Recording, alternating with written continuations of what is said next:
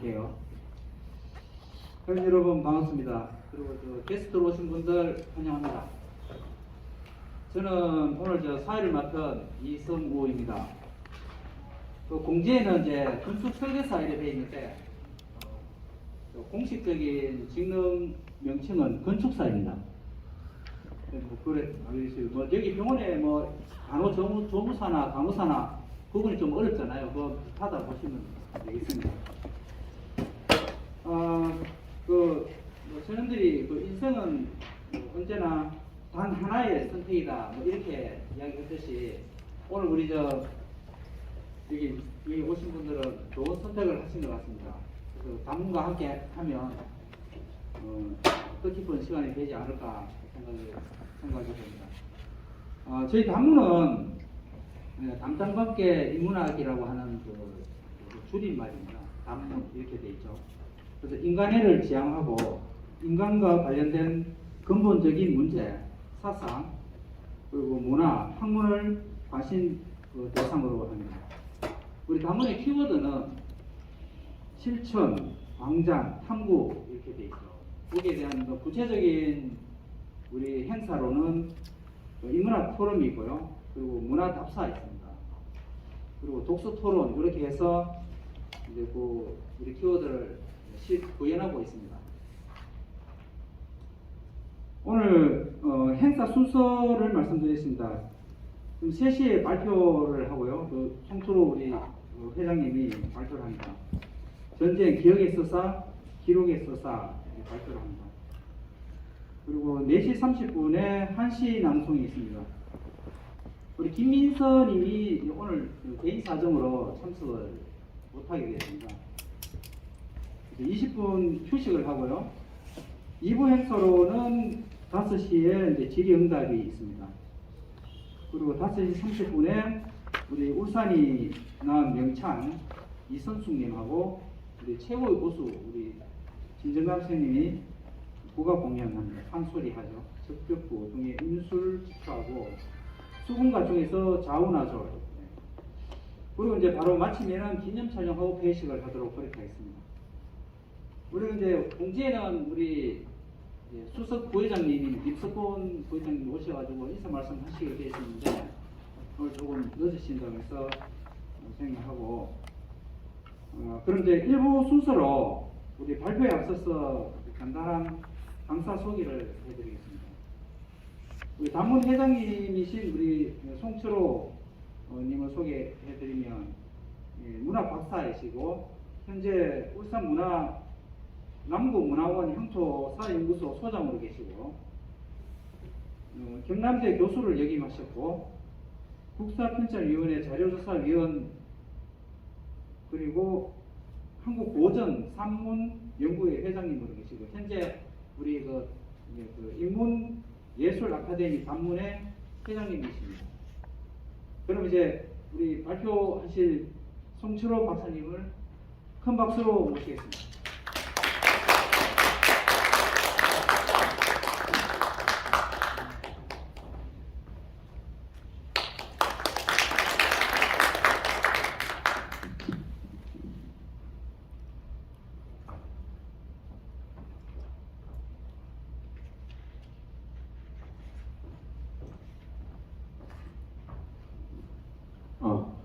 반갑습니다. 송철호입니다. 행사 때마다 항상 조금 늦습니다. 이런 사람들이 많아요. 그래서 우리가 시작을 조금 늦게 합니다. 이런 경우도 많아요. 근데 오늘 우리 사회자님인 이성우 선생님이 참 잘하신 것 같아요. 늦는다고 좀 늦게 시작합니다 하는 건 아닌 것 같아요. 무조건 제때 시작하는 게 맞아요. 그죠?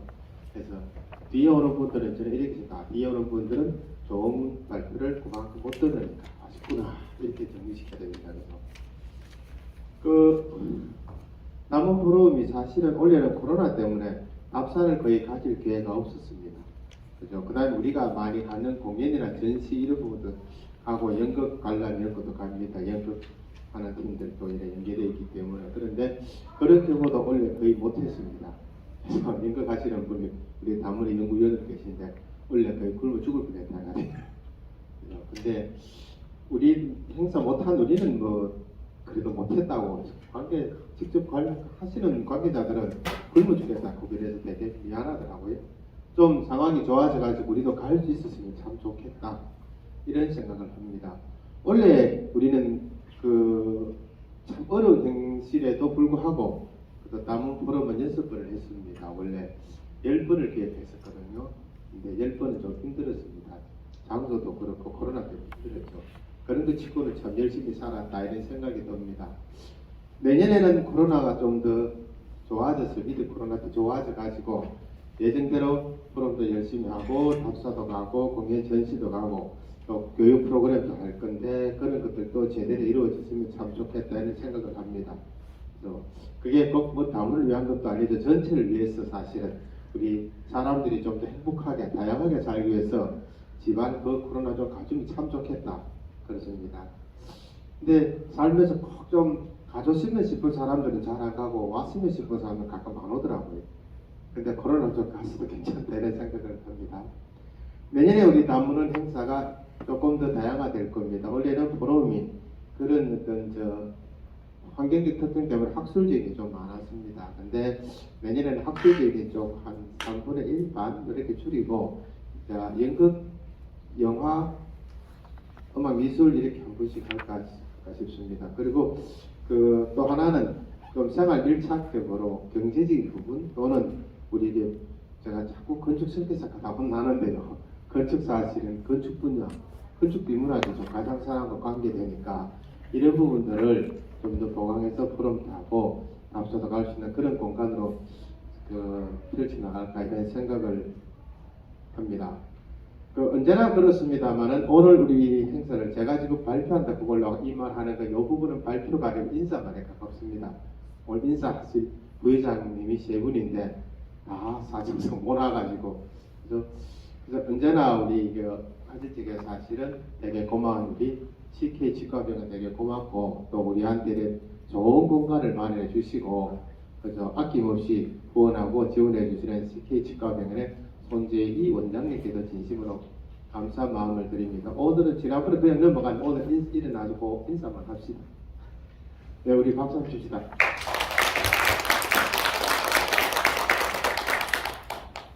예,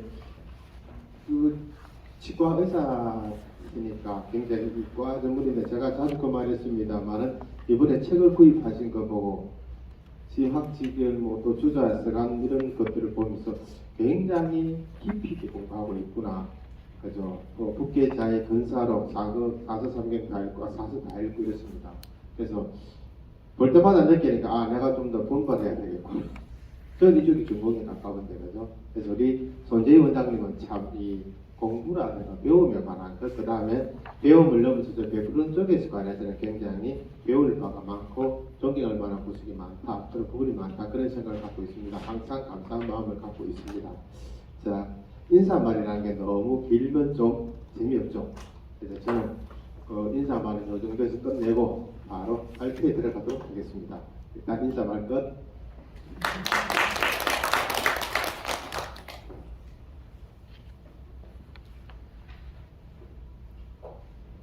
예.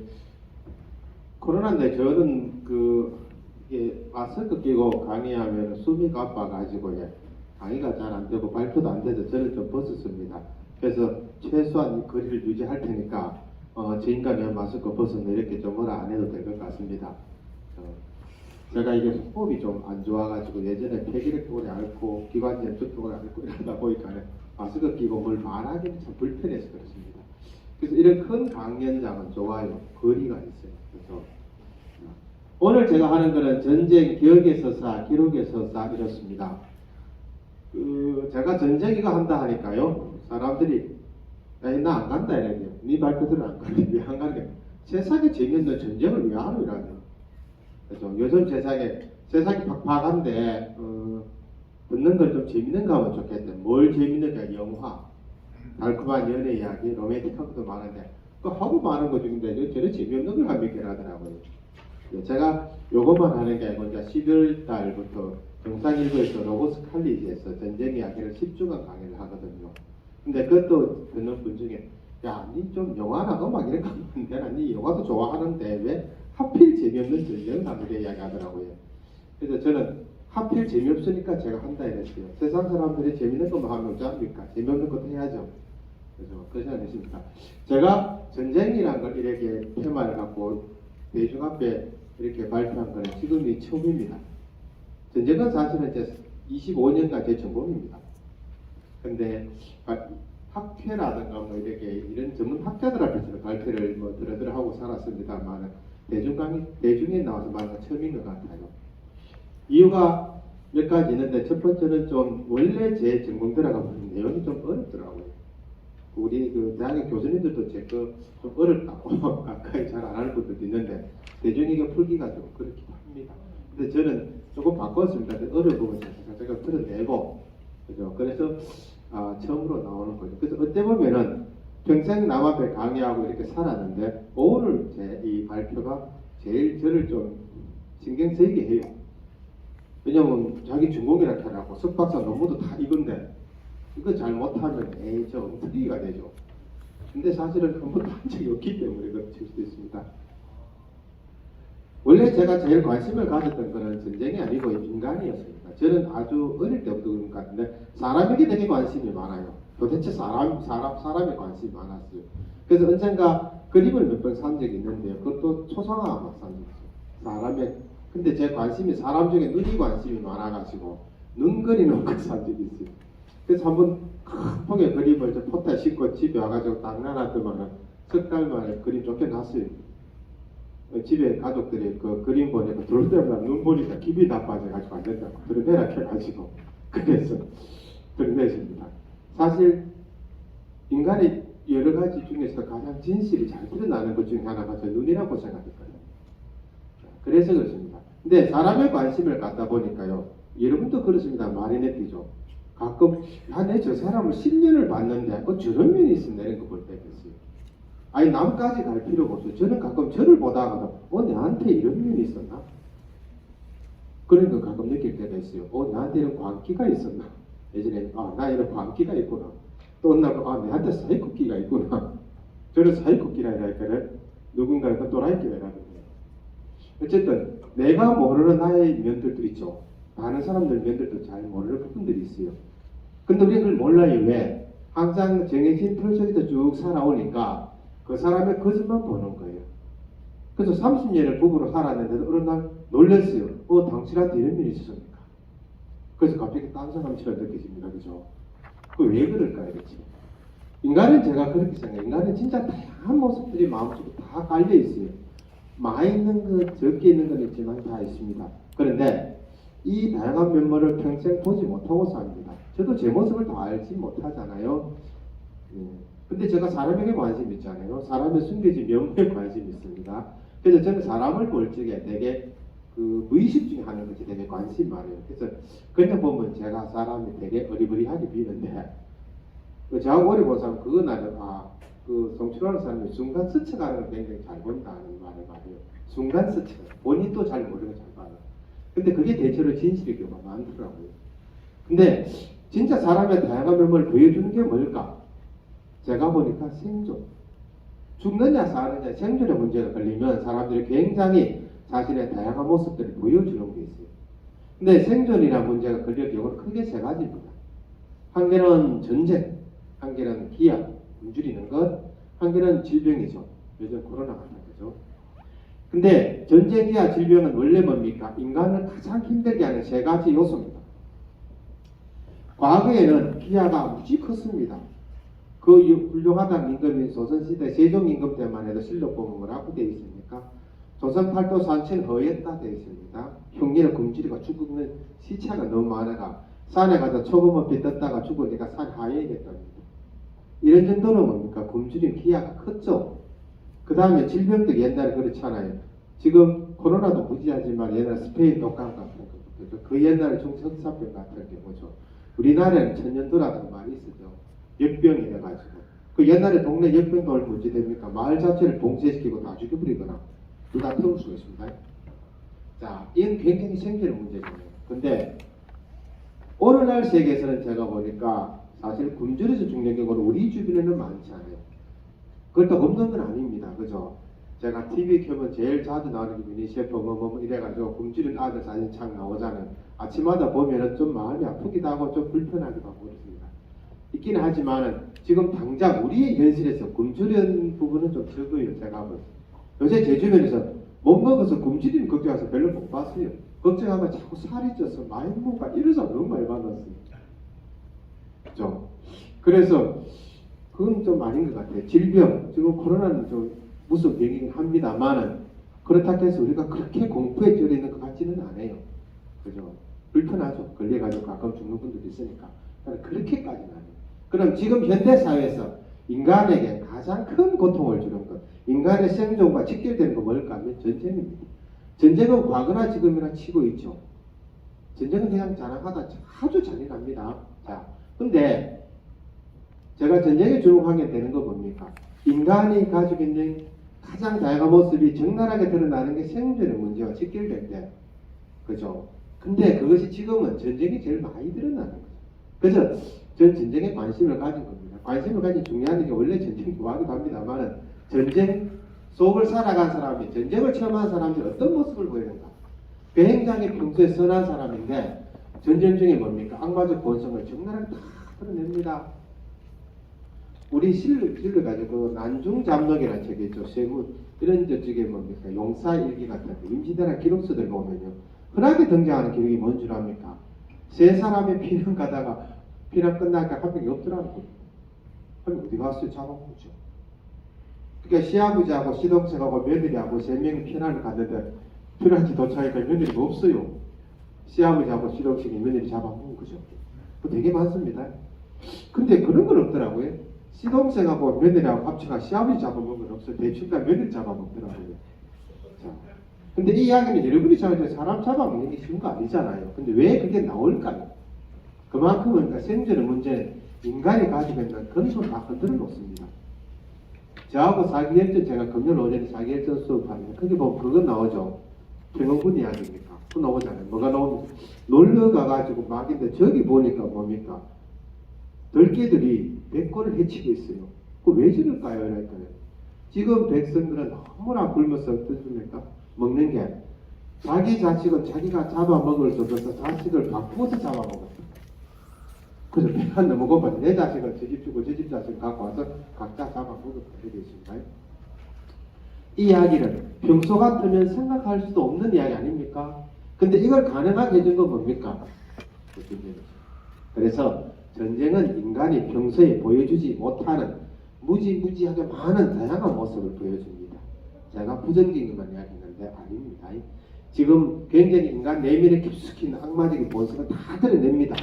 또 반대로 전쟁은 휴머니즘적인 굉장한 인간애를 보여줍니다. 이 양면을 다 보여주는 게 전쟁 같아요. 우선 보이는 건 악마적 본성이고 뒤에 가서 보여주는 건 휴머니즘적 인간애입니다. 결국은 제가 느낀 거는 제가 결론을 가까운 이야기인데 모든 전쟁은 결과적으로 뭡니까? 극복하는 겁니다. 기아도 극복이고 굶주림도 극복이고 질병도 극복하는데 그것이 처음에 드러날 적에는 인간의 다양한 모습, 안 좋은 모습이 많아요. 내가 살기 위해서. 근데 극복 단계 같은 거 보면 시간이 지나 극복 단계는 대부분이 인간애가 구현됐을 겁니다. 그래서 그 다양한 모습을 볼 수 있는 게 전쟁이어서 제가 전쟁에 관심을 가졌다라는 이야기입니다. 그래서 이 이야기를 에둘러서 이야기하면 여러분 저는 그 미국 드라마 미드라 하죠. 미드 중에 굉장히 제일 열심히 본 게 뭐냐면 워킹데드. 그래서 망부락하게 눈만 뜨면 워킹데드 본다고 세상에 그런 이상한 거 저 아름다운 것도 많이 있는데 그걸 꼭 좀비를 봐야 되는 거 징그럽고 잔인하고 이렇더라고요. 제 집에서 말입니다. 근데 재밌으니까 그냥 계속 봅니다. 저는 뭔가 필이 꼽히면 그래서 잘 안 꼽히려고 노력해요. 꼽히면 다 봐야 되니까요. 그죠? 근데 그 워킹데드를 쭉 보다가 시즌 10까지 가 있죠. 시즌 10회 22화까지 합쳐 100화를 받겠죠. 근데 딱 하나 있어요. 처음에 보니까 세상에 갑자기 다 감염이 되죠. 모든 사람은 감염이 돼서 물리기만 하면 다 좀비가 됩니다. 그래서 그때 뭡니까? 사람들은 어떻게 할 줄은 몰라서 굉장히 우왕좌왕합니다. 좀비는 우왕좌왕해요. 그죠? 그 다음 단계 가면 어떻게 되는가? 뒤로 쫙 가면 이제 인간들이 인간을 막 잡아먹어요. 워킹데드 보면 인간 잡아먹는 게 먹었겠죠. 그죠? 좀비한테 도망을 치고 좀비가 스치다가 불안해하고 무수하고 도망다니는 인간이 뭡니까? 어느 시점 가니까 인간이 인간을 잡아먹기도 합니다.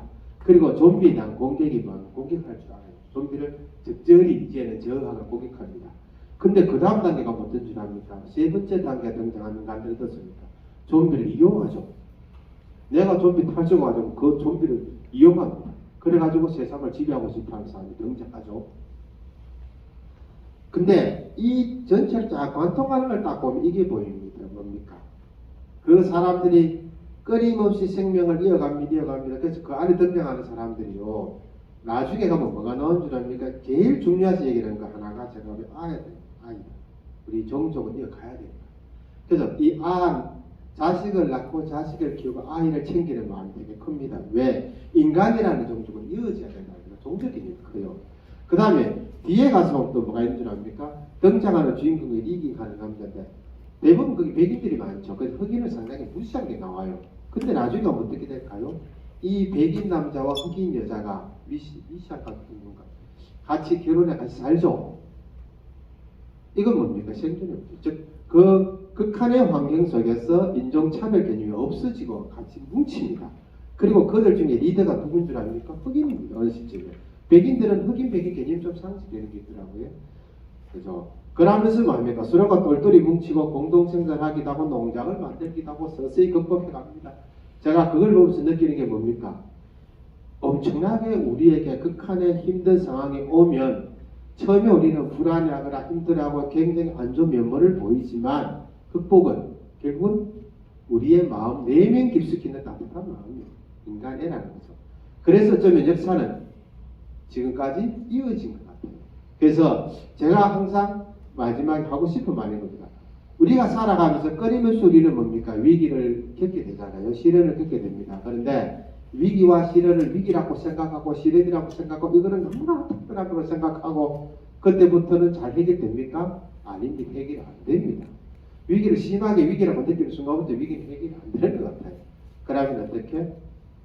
이놈의 위기라는 것, 이놈의 시련이라는 것은 천년 전이나 만년 전이나 지금이나 항상 있잖아요. 사람에 따라 많고 적고 세고 약고 있지만 다 있습니다. 그러면 위기는 뭘까요, 여러분? 위기는 그냥 일상이잖아요. 우리에게 다가오는 수많은 위기는 그냥 일상이죠. 따라서 이 위기를 극복하는 것은 일상이죠. 일상 속에서 우리가 어떻게 극복할까? 그죠? 인간성의 상실이 아니고 인간성의 보존과 인간성의 구현을 통해서 우리는 위기를 극복할 수 있다 이런 겁니다. 제가 미리 있잖아요. 결론 다 말하고 있어요. 그죠? 제가 할게요. 저는 이게 무대 사람으로 하고 싶은 말과 해드리고 싶은 말이 너무 많아서 시간 항상 부족한데 그래서 미리 당겨서 결론부터 마무리해놓고 나온 것 같아요. 자, 어쨌든 제가 전쟁에 관심을 가진 것은 인간의 다양한 모습에 대한 관심입니다. 근데 오늘 제목이 기억의 서사, 그 다음에 뭡니까? 기록의 서사입니다. 저 제목을 왜 달았을까요? 그래서 제가 이 제목을 달아놓고 PPT 만들면 약간 후회했어요. 좀 어렵죠? 전쟁이 진짜 재밌는 것도 많은데 에피소드도 많은데 나는 왜 하필 저걸 달아가지고 내 이렇게 고난을 고민케 만드는가 이랬습니다. 제 이유는 쉽게 말하면 아주 단순합니다.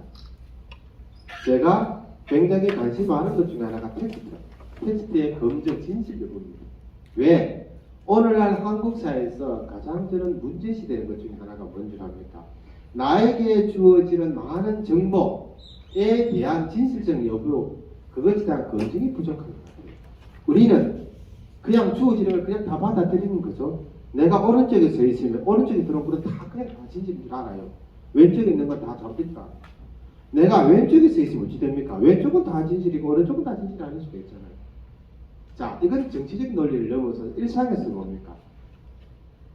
내가 이게 오늘 사회 보신 저 이승호 선생님이 저하고 친구인데 중학교 동기입니다. 친구인데 되게 친한 지가 30년이 넘었을 거 아닙니까? 근데 어느 날 여기 있는 이규령 씨라는 분이 저한테 이래 이야기했습니다. 쌤, 저쪽에 이승우라는 쌤, 이승우 쌤이 욕 막 하더라. 그 순간 제가 열이 폭발해도 세상에 직하니까 30년 친구들한테 욕을 한단 말이가 이러면서 이승우 친구를 단신할 수도 있어요. 여기서 뭡니까? 우리는 무슨 오류를 범하고 있습니까? 나와 저 친구는 30년, 나와 이규령 씨 1년인데 1년짜리 인연의 한마디에 바로 끊어부는 게 우리 인간입니다. 왜? 검증하는 개념입니다. 이 이규령 씨한테 말을 해줬지 뭘 해야 됩니까? 저 말의 진실성을 검증해야 되지 않습니까? 진실성의 검증의 본질이 이주력이나 사람에 대한 검증도 있어야 됩니다. 저 사람은 어떤 사람인가? 저 사람과 이성우 씨 어떤 관계인가? 저 사람은 나와 어떤 관계인가? 저 사람의 말에 나온 저것들을 맥락을 뒤집어보면 앞뒤가 맞는 건지 틀린지 검증해야 되죠. 우리는 검증을 잘 안 하는 시대거든요. 뒤집이하면 귀가 얇은 거죠. 귀가 얇은 걸 넘었으면 무슨 말입니까? 자기 정체성이 약해요. 그러니까 왔다 자꾸 흔들린다는 소리죠. 저는 그렇게 생각해요. 흔들리는 가장 본질에 뭐가 있습니까? 나에게 다가오는 텍스트랑 또는 많은 정보들은 검증의식이 약해서 그렇습니다. 자, 이거는 일로 들어가면 이렇습니다. 우리는 수많은 서사, 저는 전공이 서사문학인데 봅습니다. 수많은 서사, 그냥 흔하게 이야기들이죠. 서사하면 스토리, 이야기들인데 이 많은 이야기를 끊임없이 듣고 또 내가 만들어 가잖아요. 그 수많은 듣는 것, 말로 듣거나 글로 된 걸 읽는 거죠. 듣고 읽는 수많은 그 스토리들이 다 진짜일까요? 그런 의미를 품어봤습니까? 그래서 저는 뭐 학문적으로도 그렇습니다만 우리는 일상에서도 뭐합니까? 진실성 여부에 대한 검증이 굉장히 중요합니다. 이거는 두 가지 문제가 있기 때문입니다. 첫 번째는 뭡니까? 고의적인 왜곡이라는 게 많을 수 있죠. 우리에게 다가오는 수많은 정보 중에는 고의적인 왜곡이 굉장히 많습니다. 그냥 한 번만 생각해보도 저거는 의도를 갖고 왜곡했구나가 너무 많잖아요. 그런데 우리는 그 의도를 갖고 왜곡했구나까지 생각 안 나갑니다. 그러면 어찌 됩니까? 그 왜곡에 내가 휩쓸리는 거잖아요. 그러면 나는 뭡니까? 나를 상실하고 다른 사람의 의도에 따라서 왔다 갔다 하는 사람으로 떨어질 수가 있습니다. 두 번째는 뭡니까? 왜 검증이 필요합니까? 우리의 기억이죠. 사람은 자기의 기억이 완전합니까? 불완전합니다. 완전한 기억은 없습니다. 고의적으로 왜곡하지 않아도 나의 기억 자체가 뭡니까? 불완전하다는 거죠. 그래서 우리는 전쟁이라는 미정의 대지함을 겪었습니다. 요즘에 코로나를 겪었습니다. 그런데 이 과정에 있던 많은 기억들이 과연 나의 기억이 다 진실인가? 그럴까요? 안 그런 경우가 많습니다. 우리는 가끔 뭡니까? 집에서 싸울 때도 있고 친구하고 싸울 때도 있습니다. 저는 며칠 전에도 부부 싸움을 합니다. 근데 분명히 제 기억에는 제게 맞아요. 근데 옆에 있는 사람은 나하고 다른 기억이 맞다고 이래요. 근데 그날 그 자리에 둘이 같이 있었거든요. 그럼 많이 지나지도 않았어요. 며칠 지나지도 않았는데 둘이 이야기하는데 기억이 달라요. 누군가 하나는 기억이 잘못됐겠죠. 근데 어떤 면에 누군가 하나 기억이 잘못된 게 아닌 거예요. 사실을 이해하거나 해석하는 게 달라질 수도 있잖아요. 그러니까 우리는 뭡니까? 우리의 기억이 갖고 있는 불완전성. 그죠? 우리의 기억이 갖고 있는 불완전성. 그런 걸 감안하고 봐야 돼요. 저 사람의 이야기는 다 진실인가? 그런 진실이라고 말을 하고 있지만 그의 기억의 불완전성 때문에 사실은 진실이 아닐 수가 있어요. 그런 뭡니까? 사실은 또 제대로 기억하고 있더라도 어떤 다른 의도나 다른 정신상 세계에 의해서 뭡니까? 일부러 왜곡하는 수도 있잖아요. 그러므로 뭡니까? 우리는 우리에게 다가오는 많은 정보, 정보를 빼고 서사, 스토리, 이야기들은 그대로의 진실은 아닙니다. 그걸 제가 이야기하는 거죠.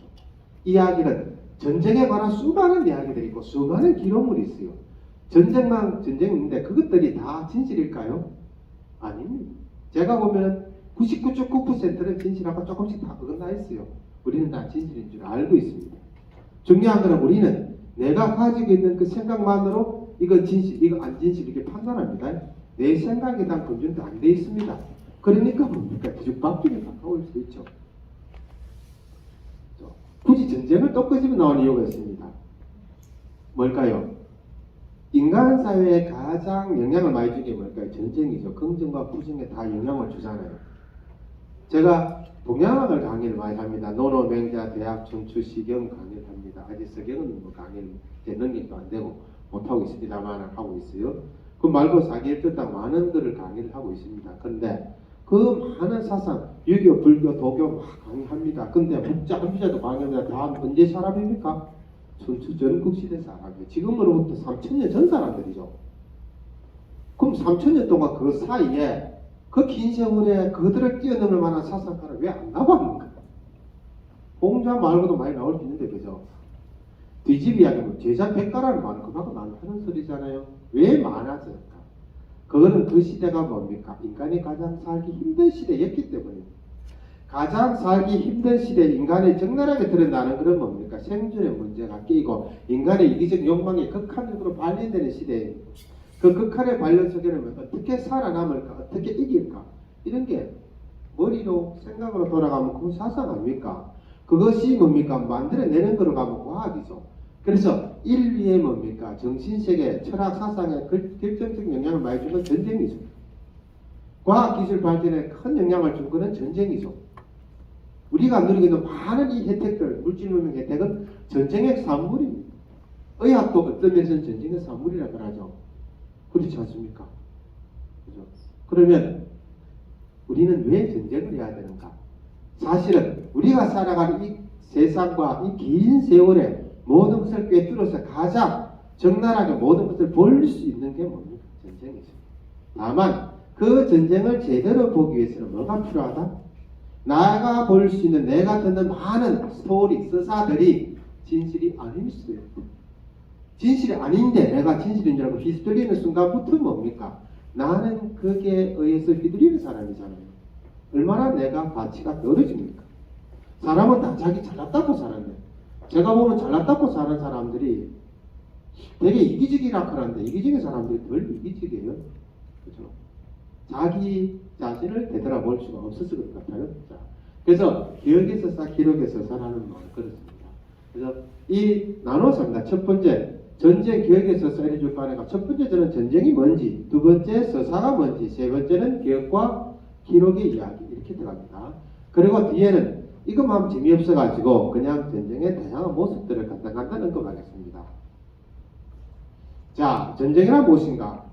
우리는 끊임없이 전쟁 이야기를 이야기하고 있습니다. 사실은 매일매일 전쟁 치고 있죠. 집에 가서 뭐 부부도 전쟁 치고 아버지 자식 관계도 전쟁 치고 나가면 친구 안에 전쟁 치고 직장 가면 상사 부하 직원 전쟁 치고 전쟁 차 몰고 오다가 누가 삐씩 크다가 뭐 야 눈깔이 삐 언제 컸다고 받고 뭐라면 그것도 전쟁 치가야 되죠. 전쟁 맨날 치고 살아요. 그럼 그 전쟁이 뭡니까? 끊임없이 쓰는 용어인데 우리는 그 용어에 대한 정확한 의사를 봅시다 이 말입니다. 전쟁의 의미는 이겁니다. 전쟁이란 그죠? 나의 의지를 실현하기 위해 적에게 굴복을 강요하는 극단적 폭력행위. 전쟁은 뭡니까? 뭐 고상한 말 전혀 아닙니다. 한마디로 말하면 뭡니까? 이게 이래 적어놨지만은 한마디로 말하면 뭡니까? 그냥 결투입니다. 싸우는. 전쟁은 그냥 싸우는 거예요. 뭐 고상한 말 쓸 필요 없이 전쟁은 그냥 싸움인데 1대1로 싸우는 게 아니고 떼거지로 싸우면 어찌 됩니까? 패싸움이 엄청 크지만 그 진정합니까? 근데 우리 전쟁 왜 칩니까? 자, 그 떼거지로 싸우는 패싸움 같은 전쟁을 왜 합니까? 전쟁의 목적이 뭘까요? 요 있잖아요. 나의 의지 실현. 정확하게 말하면 강요. 우리는 싸우면 반드시 싸우는 이유가 있습니다. 물론 살다 보면 아무 생각 없이 싸울 수도 있겠지만은 그러나 적어도 전쟁 정도 되려면 반드시 이유가 있어요. 이유가 뭡니까? 나의 의지 실현입니다. 나의 의지가 뭡니까? 아주 흔한 거. 아, 전주 전국시 들어가서 보면 나는 좀 더 넓은 땅을 갖고 싶어. 그겁니다. 군주는 나는 좀 더 많은 땅을 갖고 싶어. 근데 땅을 갖고 싶다는 건 뭔지 압니까? 그 땅에는 사람을 갖고 싶어. 그 땅에서 나는 자원을 갖고 싶어. 그래서 난 좀 더 부자 나라의 주인이 되고 싶어. 뭐합니까? 이것을 어떻게 내가 실현할 수 있을까? 생각해보니까 쳐들어가서 뺏어올 수밖에 없어. 그 쳐들어갑니다. 그건 뭡니까? 전쟁입니까? 전쟁의 본질은 나의 의지 강요, 의지 실현입니다. 여러분이 집에서 자, 부부가 전쟁을 칩니다. 왜 칠까요? 내 의지, 난 너무 억울해. 도대체 견딜 수가 없어. 나 이건 꼭 우리 신랑하고 싸워야 돼. 맞대야 돼. 그래서 왜 싸웁니까? 내 의지, 내 생각을 실현하는 거 아닙니까? 그냥 막 니 다 오라요 그럼 소리 없잖아요. 그래서 전쟁의 본질은 나의 의지의 실현인데 그게 다소 강요적인 요소가 있습니다. 그죠? 그러면 그 다음에 전쟁의 목적은 그렇고 목표는 뭡니까? 이겁니다. 적이 저항하지 못하도록 만드는 것. 나의 의지를 가장 확실하게 실현하는 방법이 뭡니까? 당연히 적이 저항하지 못하도록 하는 것. 그죠? 그나마로 아주 그냥 킥소리 못하고 시키면 시키도록 하는 거 그건 전쟁입니다. 이 지금 이야기하는 거 이건 제 이야기 아니고요. 세계에서 전쟁에 관해서 가장 책을 잘 쓴 사람 중에 하나가 클라우제비치였죠. 그 사람이 한 말인데 저는 그분 말 중에 참 맞는 말이 많더라고요. 그래서 그냥 인용한 겁니다. 그래서 여러분, 전쟁은 뭐다? 나의 의지 강요, 어떻게 상대방을 확실히 저항하지 못하다 확 눌려가지고 내 마음대로 하는 것, 그거 전쟁이죠. 내 마음대로 하고 싶어 하는 것 전쟁이죠. 그 전쟁에 들어간 수단은 뭡니까? 딱 한 개입니다. 물리적 폭력. 전쟁은 물리적 폭력이죠. 실제 비행기를 동원하고 총을 동원하고 칼을 동원한 게 전쟁입니다. 그죠? 그래서 전쟁이라는 것 자체가 절대 좋게 미화될 수 없습니다. 왜? 특정 사람, 특정 집단의 개인적 욕망 이기에 실현이 뭡니까? 전쟁 아닙니까? 그 방법으로 뭡니까? 무지하게 많은 힘을 끌고 들어가서 저쪽을 완전히 눌려서 숨도 못 쉬게 해놔놓고 내 마음대로 하겠다고 전쟁이잖아요. 그래서 우리가 공자, 맹자, 너는 맹자를 읽어보면 무슨 말이 나옵니까? 맹자가 공자를 누군가 물었죠. 공자와 관중과 이사와 이사가 이윤입니다. 이윤과 등등등 비교해서 공자생 누가 낫습니까? 맹자 뭐라 합니까? 우리는 관중이니 이윤이 그따위 사람들은 말도 안 한다 그랬어요. 왜? 그들은 뛰어난 사람이지만 그들은 군주를 도와서 전쟁을 일으킨 사람들이다. 전쟁은 뭡니까? 군주 욕망의 실현이죠. 수많은 사람을 죽이는 거 아닙니까? 그러니까 그죠? 성인은 철학을 따른 사람은 전쟁을 반대해야 되는 거 아닙니까?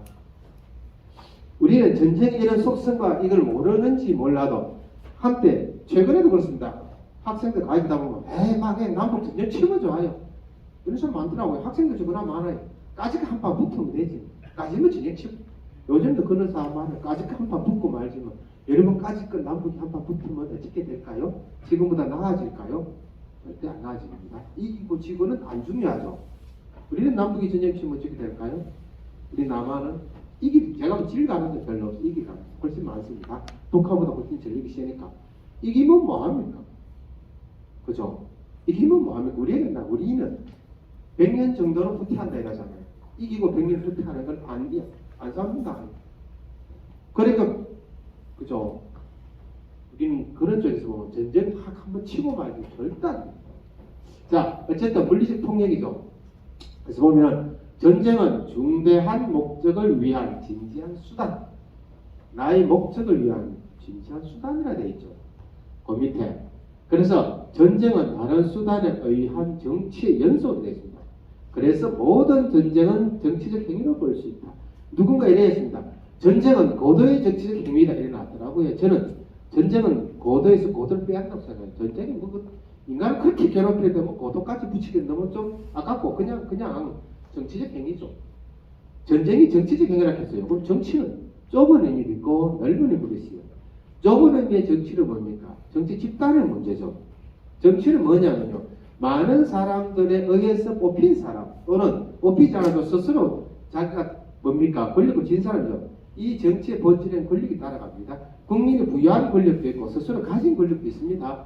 권력을 가진 사람들이 권력을 어떻게 행사하고 쓸어가는 문제가 됩니다. 민주국가에서 권력은 국민이 주는 것이고 권력 행사는 국민의 뜻을 따라가야 되지만 그 정치 아닙니까?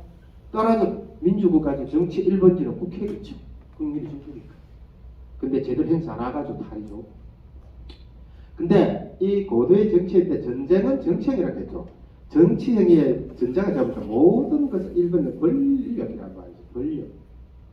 그래서 전쟁이란 결국 뭐냐면 권력이 뒷받침되는 거. 권력은 힘이죠. 힘 아닙니까? 그래서 그 다음에 뭡니까? 요 마지막 전쟁의 결과는 결코 절대적이지 않다. 이 말이 무슨 말이냐면 무슨 말이죠?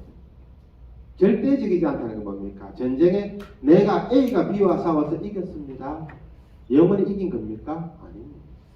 전쟁은 절대적이지 않다는 말은 이긴 게 영원히 이긴 건 없다는 소리와 같아집니다. 내가 지금 이겼지만 어느 세월에 질 수도 있다는 겁니다. 이건 항상 상황이 바뀔 수 있다는 겁니다. 그래서 전쟁은 절대적이지 않다는 겁니다. 언제나 바뀔 수 있다는 거죠. 이 말을 뒤지기 위하면 꼭 우리가 전쟁이 정치라고 보거든요. 그럼 정치는 뭡니까? 정치적 지형은 언제나 바뀔 수 있습니다. 세상 천지에 뭡니까? 천년만년 독약 칭칭하는 권력은 없습니다. 그죠? 중국의 진시황은 절대 권력자지만은 뭡니까? 얼마 못 가가지고 그 나라는 3년도 못 가가 망했죠. 어떤 독재자는 뭡니까? 나는 죽을 때까지 종신 대통령 18년 만에 죽었어요. 그죠? 어떤 정책 지금도 그렇답니까? 우리 지금 뭡니까? 180석을 가졌으니까 계속 집권할 것 같죠? 제 생각에 뭡니까? 그때 좀 더 겸손했으면 아니면 할 걸 제대로 하든가 겸손하든가 뭐 둘 중에 한 개 해야 되는데 어정쩡하게 하다가 어찌 될까요? 제가 저만 또 바뀔 위기체 있죠? 바뀔 수 있습니다. 정치는 뭡니까? 항상 바뀔 수 있고 뒤집어 전쟁은 뭡니까? 결과는 결코 절대적이지 않기 때문에 항상 바뀔 수 있고 이 이야기는 우리는 겸손해야 돼요. 그죠? 전쟁은 이겼을 때 겸손해야 됩니다. 그죠?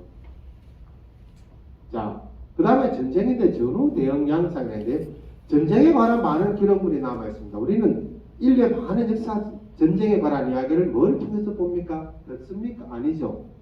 읽잖아요. 그러면 뭐가 중요할까요? 책을 딱 보고 이거 다 진짜야. 그거 제가 이 책 보고 너무 이래가 그다음 막 떠듭니다. 전쟁 이랬다. 근데 그러면 안 됩니다. 그 책이 진짜니까 가든지 어떻게 합니까? 그죠? 왜 그러냐면요. 전쟁에 관한 수많은 이야기, 스토리들이 책에 다 있습니다. 근데 그 수많은 이야기들을 쓴 사람은 다 누굴까요? 실제 본인이 전쟁 때 참가해서 경험한 글을 쓰는 것은 그렇게 많지 않습니다. 대부분은 전쟁 끝나고 난 뒤에 적어요. 첫 번째, 전쟁에 참가했던 사람들도 전쟁 중에 쓴 사람 별로 없습니다. 대부분 전쟁 끝나고 난 뒤에 썼고 그건 그것도 소수입니다. 대부분은 전쟁을 경험한 사람들의 이야기를 듣고 썼어요. 또 더 많은 사람들은 누군가 적어놓은 거 보고 또 적었어요. 이 이야기는 뭡니까? 첫 번째, 가장 진실에 가까울 수 있더라. 전쟁을 경험한 사람이 전쟁이 끝나고 난 뒤에 썼어요. 그건 100% 진실일까요? 아닙니다. 그 사람의 기억에 불안할 수도 있고 여러 가지에 따라서 진실이 아닐 수도 있어요. 코끼리가 적용될 수도 있어요. 그냥 코만 만지가 이게 다인 줄 아니까. 그렇잖아요. 근데 대부분 기록은 그것도 아닙니다. 다른 걸 또 적었잖아요. 다른 걸 들어서 적거나 남 적어놓은 걸 적거나입니다. 그래서 누군가가 엉터리 적어놓으면 어찌 됩니까? 계속 이어지는 엉터리가 있습니다. 제가 그 고전 소설을 이렇게 하다가 보니까요. 어느 날 누구 작품은 누구 거 내야 되죠. 근데 50년간 계속 그 노무마다 누구 작품의 지어낸 누구다, 누구 작품이 쭉 있어요. 다 그런 줄 알아요. 그런데 어느 날 제가 그 전에 1930년대 사람들 자료를 본 적이 있어요. 앉아가 봤어요. 보니까 그 사람이 아니던데요.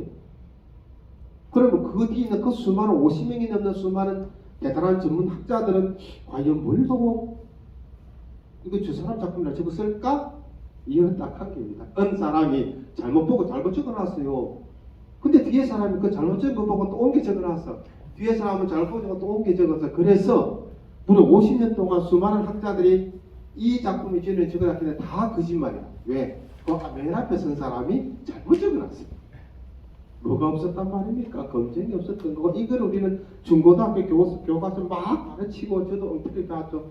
제가 대학 가서 나중에 보니까 아니던데. 그죠? 그건 뭡니까? 텍스트에 대한 검증이 안 된 부분이죠. 자, 이 이야기 어쨌든 전쟁에 관한 많은 기록들은 다 전쟁 이후의 이야기라는 겁니다. 그래서 보면 뭡니까? 전후라는 것은 전쟁으로 인한 참상과 그로 인한 상처를 치유하고 바뀐 현실에 대해 대응을 모색하는 시기라 되죠.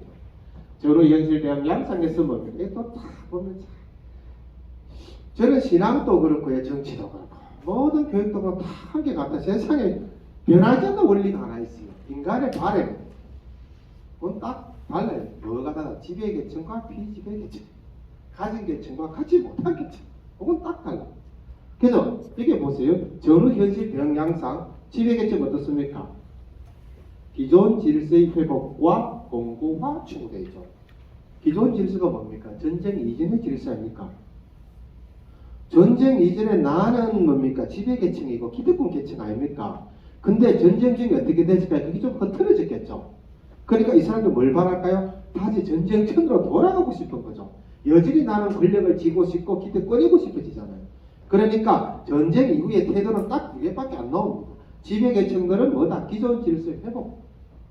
그 다음에 회복만 하면 될 긴데 뭡니까? 한번 흔들려 버리니까 되게 불안했거든. 그 다음에 진짜 공고화.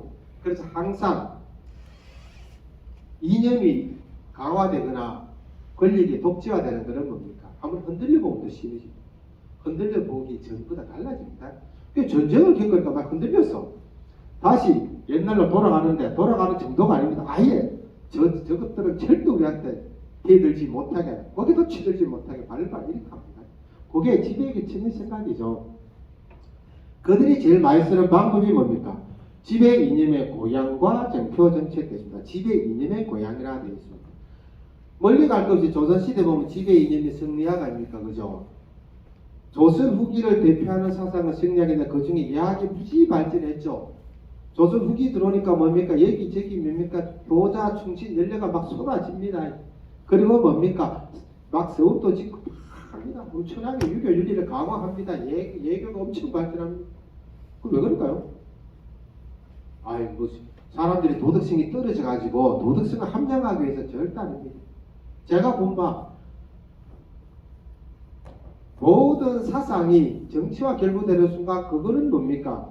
그 사상의 순수성은 명분일 뿐이죠. 내면에는 뭡니까? 이게 문제가 들어가 있죠. 저들이 그렇게 많이 이념의 유교 이념을 강화한 이유는 뭘까요?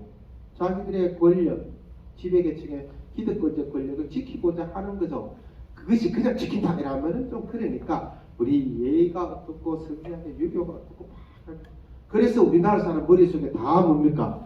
불과 조선 후기 250년짜리 유교가 머릿속에 다 들어가지고 공자가 죽어야 나라가 산다 이런 이상한 소리 하는 거죠. 공자님은 안 그랬는데 그죠? 사람들이 자꾸 그걸 이상하게 악용했어요. 그 다음에 뭡니까? 정표정책. 정표정책이 뭔지 알죠? 가끔 가보면 우리 집안에는 뭡니까? 연배가 나가 이게 홍살몬이 있어요. 우리 집에는 충신집안 이렇게 있잖아요. 제가 저 정표정책을 갖고 논문을 제가 쓴 적이 있는데요. 우리나라에서 정표정책을 제일 많이 썼던 박주라는 교수님이 있어요. 그분 통계를 쫙 보면서 뭐 제가 쓴 논문을 썼지만 통계되고 자료조사는 그분이 했으니까 저는 뭐 그냥 제가 별로 한 게 없어 남 해놓은 것 중에 제일 좋은 거 뽑아다 쓰는 능력이 좀 좋은 것 같아요. 원래 지가 다 하면 안 돼. 다 할 수 없잖아요. 근데 그 문걸 잘 보면요. 충신효자 연례가 급격히 증가했을 때 언제일까요? 임진왜란 병자호란 직후입니다. 그 전에 200년간 있었던 것보다 그 짧은 시간에 발생한 충신효자 연례가 훨씬 많아요. 물론 전쟁이니까 발생할 만한 사람이 많기도 하지만 의도된 정책이죠. 작년 연례를 엄청 장려하고 충신을 엄청 장려합니다. 그렇게 해야 뭡니까? 저들의 자기들의 기득권적 이익이 지켜지기 때문에 그렇죠. 그래서 정표정책. 그래서 우리 집에 너무 연료 많다 꼭 좋은 거 많다 아니에요. 대부분 연료는 뭡니까? 하기 싫은데 뭡니까? 내 죽어라 해도 안 죽으면 죽이가지고 연료하는 사람도 너무 많잖아요. 연료식이 제일 많은 게 죽어라 해도 안 죽으니까 나중에 죽입니다. 그거 죽이가지고 기준에 묶어놓고 그때는 검시가 좀 떨어졌던 것 같아요. 충신 제가 인물 전일좀 보니까요. 충신전 뒤집 보면요. 제일 거짓말이 많이 난 게 다 전쟁이에요. 이 충신으로 전표 받은 사람이 제일 많은 건 전쟁 때 아니겠습니까? 근데 웃기는 거. 그 많은 충신들이, 엉터리 충신이 제일 많은 건 언제일까요? 당연히 전쟁 때죠. 우리 일제강점기 위에 광복하고 날 때, 우리 조상은 독립운동했다, 그 중에 사람들이 거짓말 해놔죠. 만주에서 독립운동 했다고 하는데 만주 가봐야 알지. 지가 독립운동 했는지, 밀정을 했는지, 그죠? 웃기게 밀정한 인간이 독립운동 했다고 되게 많잖아요. 왜? 그 시대가 그렇죠. 전쟁은 충신 만들기가 굉장히 좋은 시대죠. 그래서 제가 보면 엉터리 충신이 엄청 많아요. 전쟁 중에 도망다니다가 뭡니까? 나중에 보면 충신으로 상 받는 사람 수룩하죠. 이 이야기는 이 말 그냥 갖다 바꾸면 뭐가 됩니까? 기록물은 거짓말 너무 많다고 말 아닙니까? 그러면 거짓말이에요. 왜? 전쟁 중의 기록들은 거짓말 해도 증명이 안 돼요. 그죠? 그 다음에 한 가지 숭조사상과 가문 현창운동이에요. 이 전쟁을 믿고 지배계층들이 흔들리는데 이 옛날에 가문 문벌이죠. 문벌이니 가문이나 그런 것들이 저는 굉장히 안 좋은 거예요. 저들끼리 다 해먹겠다 소리와 같은 거에 가까운 거예요. 그래서 극단의 섀도우 정치죠. 근데 전쟁에는 숭조사상, 조상을 숭배하는 사상이 커지다. 우리 조상이 이래가지고 사실 조선 전기 안 끝나 조선 후기 들어오면은 우리 멧돼지 할아버지를 마고 멧돼지를 마고 그래서 저 위 시조부터 중시조 거쳐가지고 4대조부터 조상 다 따지죠. 그래서 조선 후기에는 사람이 출시하는데 영양가 딱 30% 뭐가 줍니까? 조상입니다. 우리 멧돼지 할아버지를 마고 멧돼지 이게 내 출시의 30% 10%에서 15%는 뭔지 압니까? 우리 외가 우리 어머니는 무슨 경주 김씨 무슨 공터에 무슨 사람이 후손이거든요. 영을 주죠. 합치면 45%는 나이 있는 게 그 하등에 보관한 조상님 이야기. 이렇게 몰아가는 이유는 뭘까요? 여러분이 생각해 주게 왜 기득권을 갖게 됩니다. 잘 생각해 보세요. 우리 조상이 기득권이었다는 말 아닙니까? 조상이 높은 벼슬 했다는 거죠. 여러분 우리 조상님이 뭡니까? 영의정했다 뭐 판서했다 참판했다 그게 조상 잘났다는 소리 아닙니까? 근데 그 잘난 조상에게 빗대어 가지고 그 사람에게 관직을 주면 어찌 됩니까? 기득권에 계속 유지합니까? 그러니까 숭조사상이 무지 발전합니다. 그죠? 그래서 우리가 하는 조건이 뭐니 상상수가 이때 많이 문제가 많이 만들어지겠죠. 가문 현창운동 그만해 우리 가문을 빛나게 들어야 된다 그 이야기죠. 이게 조선후기에 많이 나오고 이것이 가능하게 된 이유가 뭡니까? 우리는 임진왜란 병장을 겪어서 가짜 조상 만들기가 너무 좋아요. 우리 조상 저 어디 산속에서 일본군하고 싸서 그들의 목을 20개 베었다. 몇 년지 안 뱉는지 어떻게 합니까? 심한 거 그게 무슨 부사입니까? 벼슬 하려고 뭡니까? 고을 어디 부산가 군수인가? 자기 고을 주민들 막 사발통을 문자를 막 날려서 매달 며칠까지 동원으로 오세요. 그래서 동원으로 고을 주민 막아놓고는 그 주민 다 죽이죠. 그래가지고 모조리 뭡니까? 길을 사뚝사뚝 잘라 목을 사뚝사뚝 잘라가지고 뭡니까? 조정에 냈습니다. 일본군이라고. 자기 고을 주민 다 죽이가지고 조정에다가 일본군이라고 올려가지고 상 받은 사람도 있죠. 근데 그래 어찌 됩니까? 충신 뭐 엄청난 충신이겠죠. 근데 그거 충신입니까? 조선 사람이 전 사람 다 때리시겠는데, 그죠? 요 가능한 게 전쟁이죠. 근데 다음에 그럼 한번 봅시다. 피지배계층은 어떻게 했을까요? 현실 비판과 새로운 질서의 모습, 그죠? 피지배계층은 현실 비판이고 당연히 새로운 질서죠. 왜? 새로운 질서가 기존의 질서를 우리는 계속 피지배계층 아닙니까? 그러니까 질서를 새로 만들어야 될 거 아닙니까? 바꿔야 됩니다. 근데 전쟁이 어떤 역할을 했을까요? 전쟁 이전에는 지배계층이 만들어 놓은 질서가 당연하다고 생각하고 삽니다. 쇠뇌가 너무 잘 된 거예요. 원래 자들은 지배계층, 우리는 원래 피지배계층인 거죠. 근데 전쟁을 겪어보니까 저 잘났다는 그런 것들이 가만히 지켜보니까 별거 아니더라 이 말입니다. 생각이 바뀐 거죠. 별거 아니더라. 그러니까 뭡니까? 별거 아니다라는 생각이 들은 순간 온갖 문제들이 없는 쫙 이제부터 스케일이 된 겁니다. 지배계층의 문제점들의 스케일이 쫙 됩니다. 우리 사회 구조적 모습들의 눈에서 쫙 들어왔습니다. 그 다음에 어떻게 될까요? 야 이거 바꾸어야 된다. 이 바꾸어야 된다의 가장 끝에가 뭘 바꿔야 됩니까? 질서 변동에는 인적 질서 변동입니다. 그래서 뭐가 됩니까? 전쟁 끝나면 반드시 대체로 신분제가 동료되거나 완화되거나 밑에 사람이 올라옵니다. 전쟁을 통했습니다. 그죠? 지배계층의 그 안 좋은 모습들이 적나라하게 드러나서 감춘 게 다 드러난 겁니다. 임진왜란에 딱 발생하니까 어찌 됐습니까? 지배계층들 다 도망갔죠. 부사를 앞시고 병마 절도를 앞시고 하는 사람들이 전쟁 발생하자마자 뭡니까? 관청에 돈 되는 거 싹 빼가지고 처자식 시어가 따로 보내본다 아닙니까? 그리고 지는 뭡니까? 군대 그거 문영곡에 와가지고 저쪽에서 수영 전투도 보니까 새카만 일본군 갔거든. 도망가 보죠. 심한 사람은 뭡니까? 일본군한테 잡혀가지고 일본군 앞잡이 길잡이 노력합니다. 그죠? 원래 임진왜란 때도 그렇고 하다못해 그 명성하고 시에도 그렇고 그 앞잡이가 누가 있을까요? 그 조선 사람이 있을 거 아닙니까? 그들이 그렇게 잘 압니까? 모르잖아요. 그죠? 그거를 피지배계층이 본 거죠. 왜? 전쟁이 발생하면은 피해를 온몸으로 받는 사람 누굴까요? 지배계층이 아니고 피지배계층입니다. 우리나라에 전쟁이 막 발생해서 남북이 전쟁을 쳤어요. 그 피해를 누가 볼 겁니까? 외국에 비행기 표살 돈 없는 사람들이 봐요. 아유, 삼성그룹 이재용 같은 분은 피해 안 볼 수도 있어요. 최근에 언제 뉴스 보니까 미국이 현지 공장 이래가 막 계약을 하던데, 우리나라에서 그럼 그거 가서 살면 되잖아요. 또 가면 돼, 관계없어. 근데 남아있는 사람들은 달라집니다. 그러니까, 그죠? 도망갈 사람은 도망가고, 남은 사람은 그 정권의 피해를 고스란히 내가 온몸으로 느끼는 거 아닙니까? 그죠? 그러니까, 평소에 내한테 잘난 척하고 나를 괴롭히던 저 양반님네들이 전쟁 치니까 다 도망가 보더라 하는 거 보니까 저게 앞잡이 지시를 하고 이렇게 말입니다. 그러니까 어째 됩니까? 저것들 별거 아니구나. 이래 되죠? 그 별거 아니라는 게 뭡니까? 현실 비판이죠. 세상 바꿔야 돼. 자들은 우리보다 특별한 줄 알았지만 별로 자들한테 특별한 게 없구나. 바꿉시다. 그럽니다. 그래서 뭡니까? 새로운 질서를 모색한단 말입니다. 근데 완벽하게 새로운 질서를 모색할 경우는 없습니다. 다만 좀 더 성장했다, 좀 더 편입했다 이런 수준으로죠. 그게 우리가 춘향제 보면 그렇잖아요.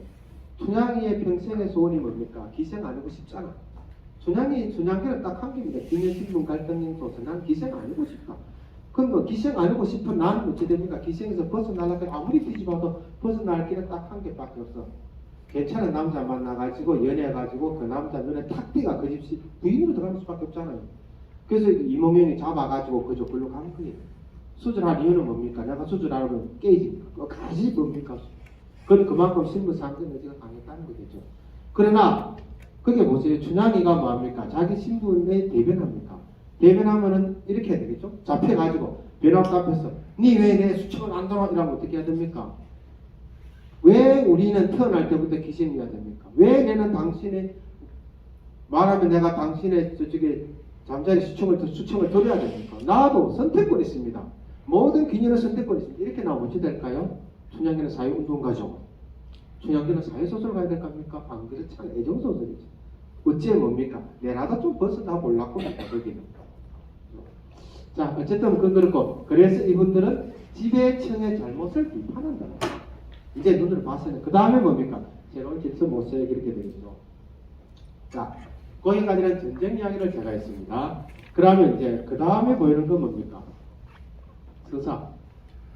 우리가 많이 듣는 이야기 중에 여러분은 서사라는 이야기를 참 많이 듣죠. 서사라는 이야기 많이 듣습니다. 그러면 서사가 뭘까요? 그죠? 서사는 억수로 흔한 겁니다. 우리는 많은 용어들을 일상에 쓰면서 그게 어렵다고 생각하는데 절대 어려운 게 아닙니다. 철학 어렵다? 아닙니다. 철학은 우리 일상이죠. 우리는 끊임없이 일상 속에서 뭡니까? 철학적 행위를 다 하고 가요. 우리 살아가는 모든 것들의 역사 아닙니까? 우리가 표현하는 내 정서를 표현하고 있는 거 다 뭡니까? 문화가 아닙니까? 살아가는 그 모든 것들에서 뭡니까? 논리화시키고 체계화시키고 이론화시키고 철학입니다. 따라서 우리는 태어나 죽을 때까지 철학적 행위를 계속 하고 있는 거예요. 그럼 서사는 뭡니까? 어려운 겁니까? 아닙니다. 여기 있잖아요. 모든 인간은 매 순간 일상적인 삶 속에서 서사를 만들고 있다. 여러분은 끊임없이 다 서사를 만드는 겁니다. 그죠? 그게 뭡니까? 우리가 단어를 배열하는 순간부터 서사는 시작된다.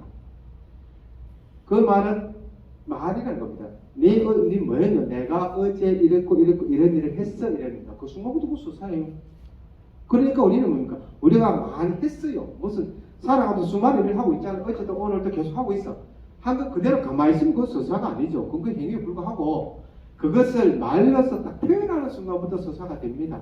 그러니까 우리는 끊임없이 서사적 행위를 하고 사는 거죠. 그거죠. 그래서 어려운 게 아니고 여러분 다 뭡니까? 서사예요. 그래서 인간이 하는 거의 모든 담화에서 서사가 나타나기 때문에 서사는 어느 다음과는 인간적인 특징이다. 이 말이 뭔 줄 알겠습니까? 짐승하고 인간의 다른 점이 인간은 서사가 있다는 겁니다. 제가 뭡니까? 여러분에게 나는 어제 뭐 누구를 만나서 무슨 이야기를 했는데 뭐 어떠고 저떠고 이야기를 쭉 합니다. 이게 서사죠. 근데 사람 빼고 이렇게 이야기할 수 있는 사람이 있습니까? 없잖아요. 저기 우리 사무장님 집에 개를 8마리 키우는데 저 집 개 중에 뭡니까? 오늘 퇴근하고 집에 딱 가니까 그 집 개가 저 집은 다 딸 아들 크니까 걔도 엄마 크는지 모르겠죠. 예를 들어 엄마 그죠? 걔가 이랍니다. 오늘 있잖아 집을 있는데 저 걔는 어떻고 이 걔는 어떻고 내가 시끄러워 죽겠다 이런 말 합니까? 제가 왜 멍멍 말을 할 수 있는 한 개도 없어요. 감정 표현만 하지 스토리가 안 되잖아요. 근데 나의 모든 매 순간에 스토리가 되는 건 사람이잖아요. 그것이 스토리 되는 건 다가 말이잖아요. 말로 정리되는 순간부터 다 이야기가 되죠. 이야기 다 서사잖아요. 그러니까 우리는 태어나도 죽을 때까지 맨날 서사를 하고 사는 거죠. 말. 내가 끊임없이 서사하고 있는지 몰라. 내 이야기하는 순간부터 다 서사예요. 그죠? 자, 그래서 뭡니까? 서사는 인류가 시간에 대한 이해를 구조화하는 가장 중요한 방법. 서사는 시간에 사건이 들어가는 것이 아니라 사건이 시간의 질서를 창조한다. 이렇게 됐습니다. 이게 무슨 말입니까? 시간은 뭡니까? 절대적 시간은 항상 존재하죠. 시간은 계속 똑같은 속도로 똑같이 흘러갑니다. 이 시간 있고 우리가 겪은 사건들이 뭡니까? 이 시간 속에 그냥 쭉 있어요. 흘러가는 시간 속에 뭡니까? 우리는 모든 것이 다 일치하게 가고 있습니다. 그런데 이것이 말로 되는 순간 어찌 될까요? 시간의 흐름과 그 사건이 일치합니까? 아니잖아요. 어제 여기 문승민 쌤이 길을 가다가 돌부리에 걸려서 넘어졌어요. 근데 돌부리에서 걸려져 있어 넘어지는 순간 딱 3초입니다. 근데 이분은 그거 가지고 저한테 이야기할 때 30분 이야기했어요. 3초가 30분 됐죠? 그럼 뭡니까? 사건이 시간에 들어간 게 아니고요.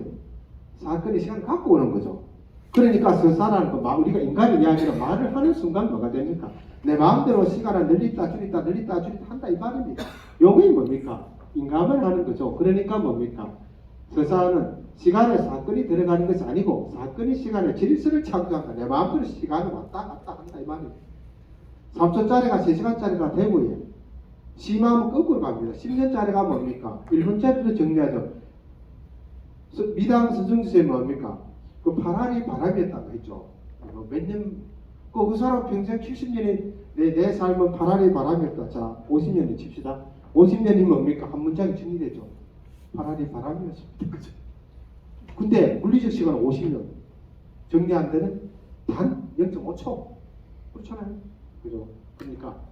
그래서 서사는 시간에 인간의 시간이 되는 방식이 되는데 뭐 말은 다 고상하고 어려운데 한마디로 정리하면 뭡니까? 절대적 시간이 있고 절대적 사건이 있는데 인간이 그거를 말로 하는 순간 글로 쓰는 순간부터 뭐가 된다? 그 시간이라는 것은 인간에 의해서 만들어진 이 말이죠.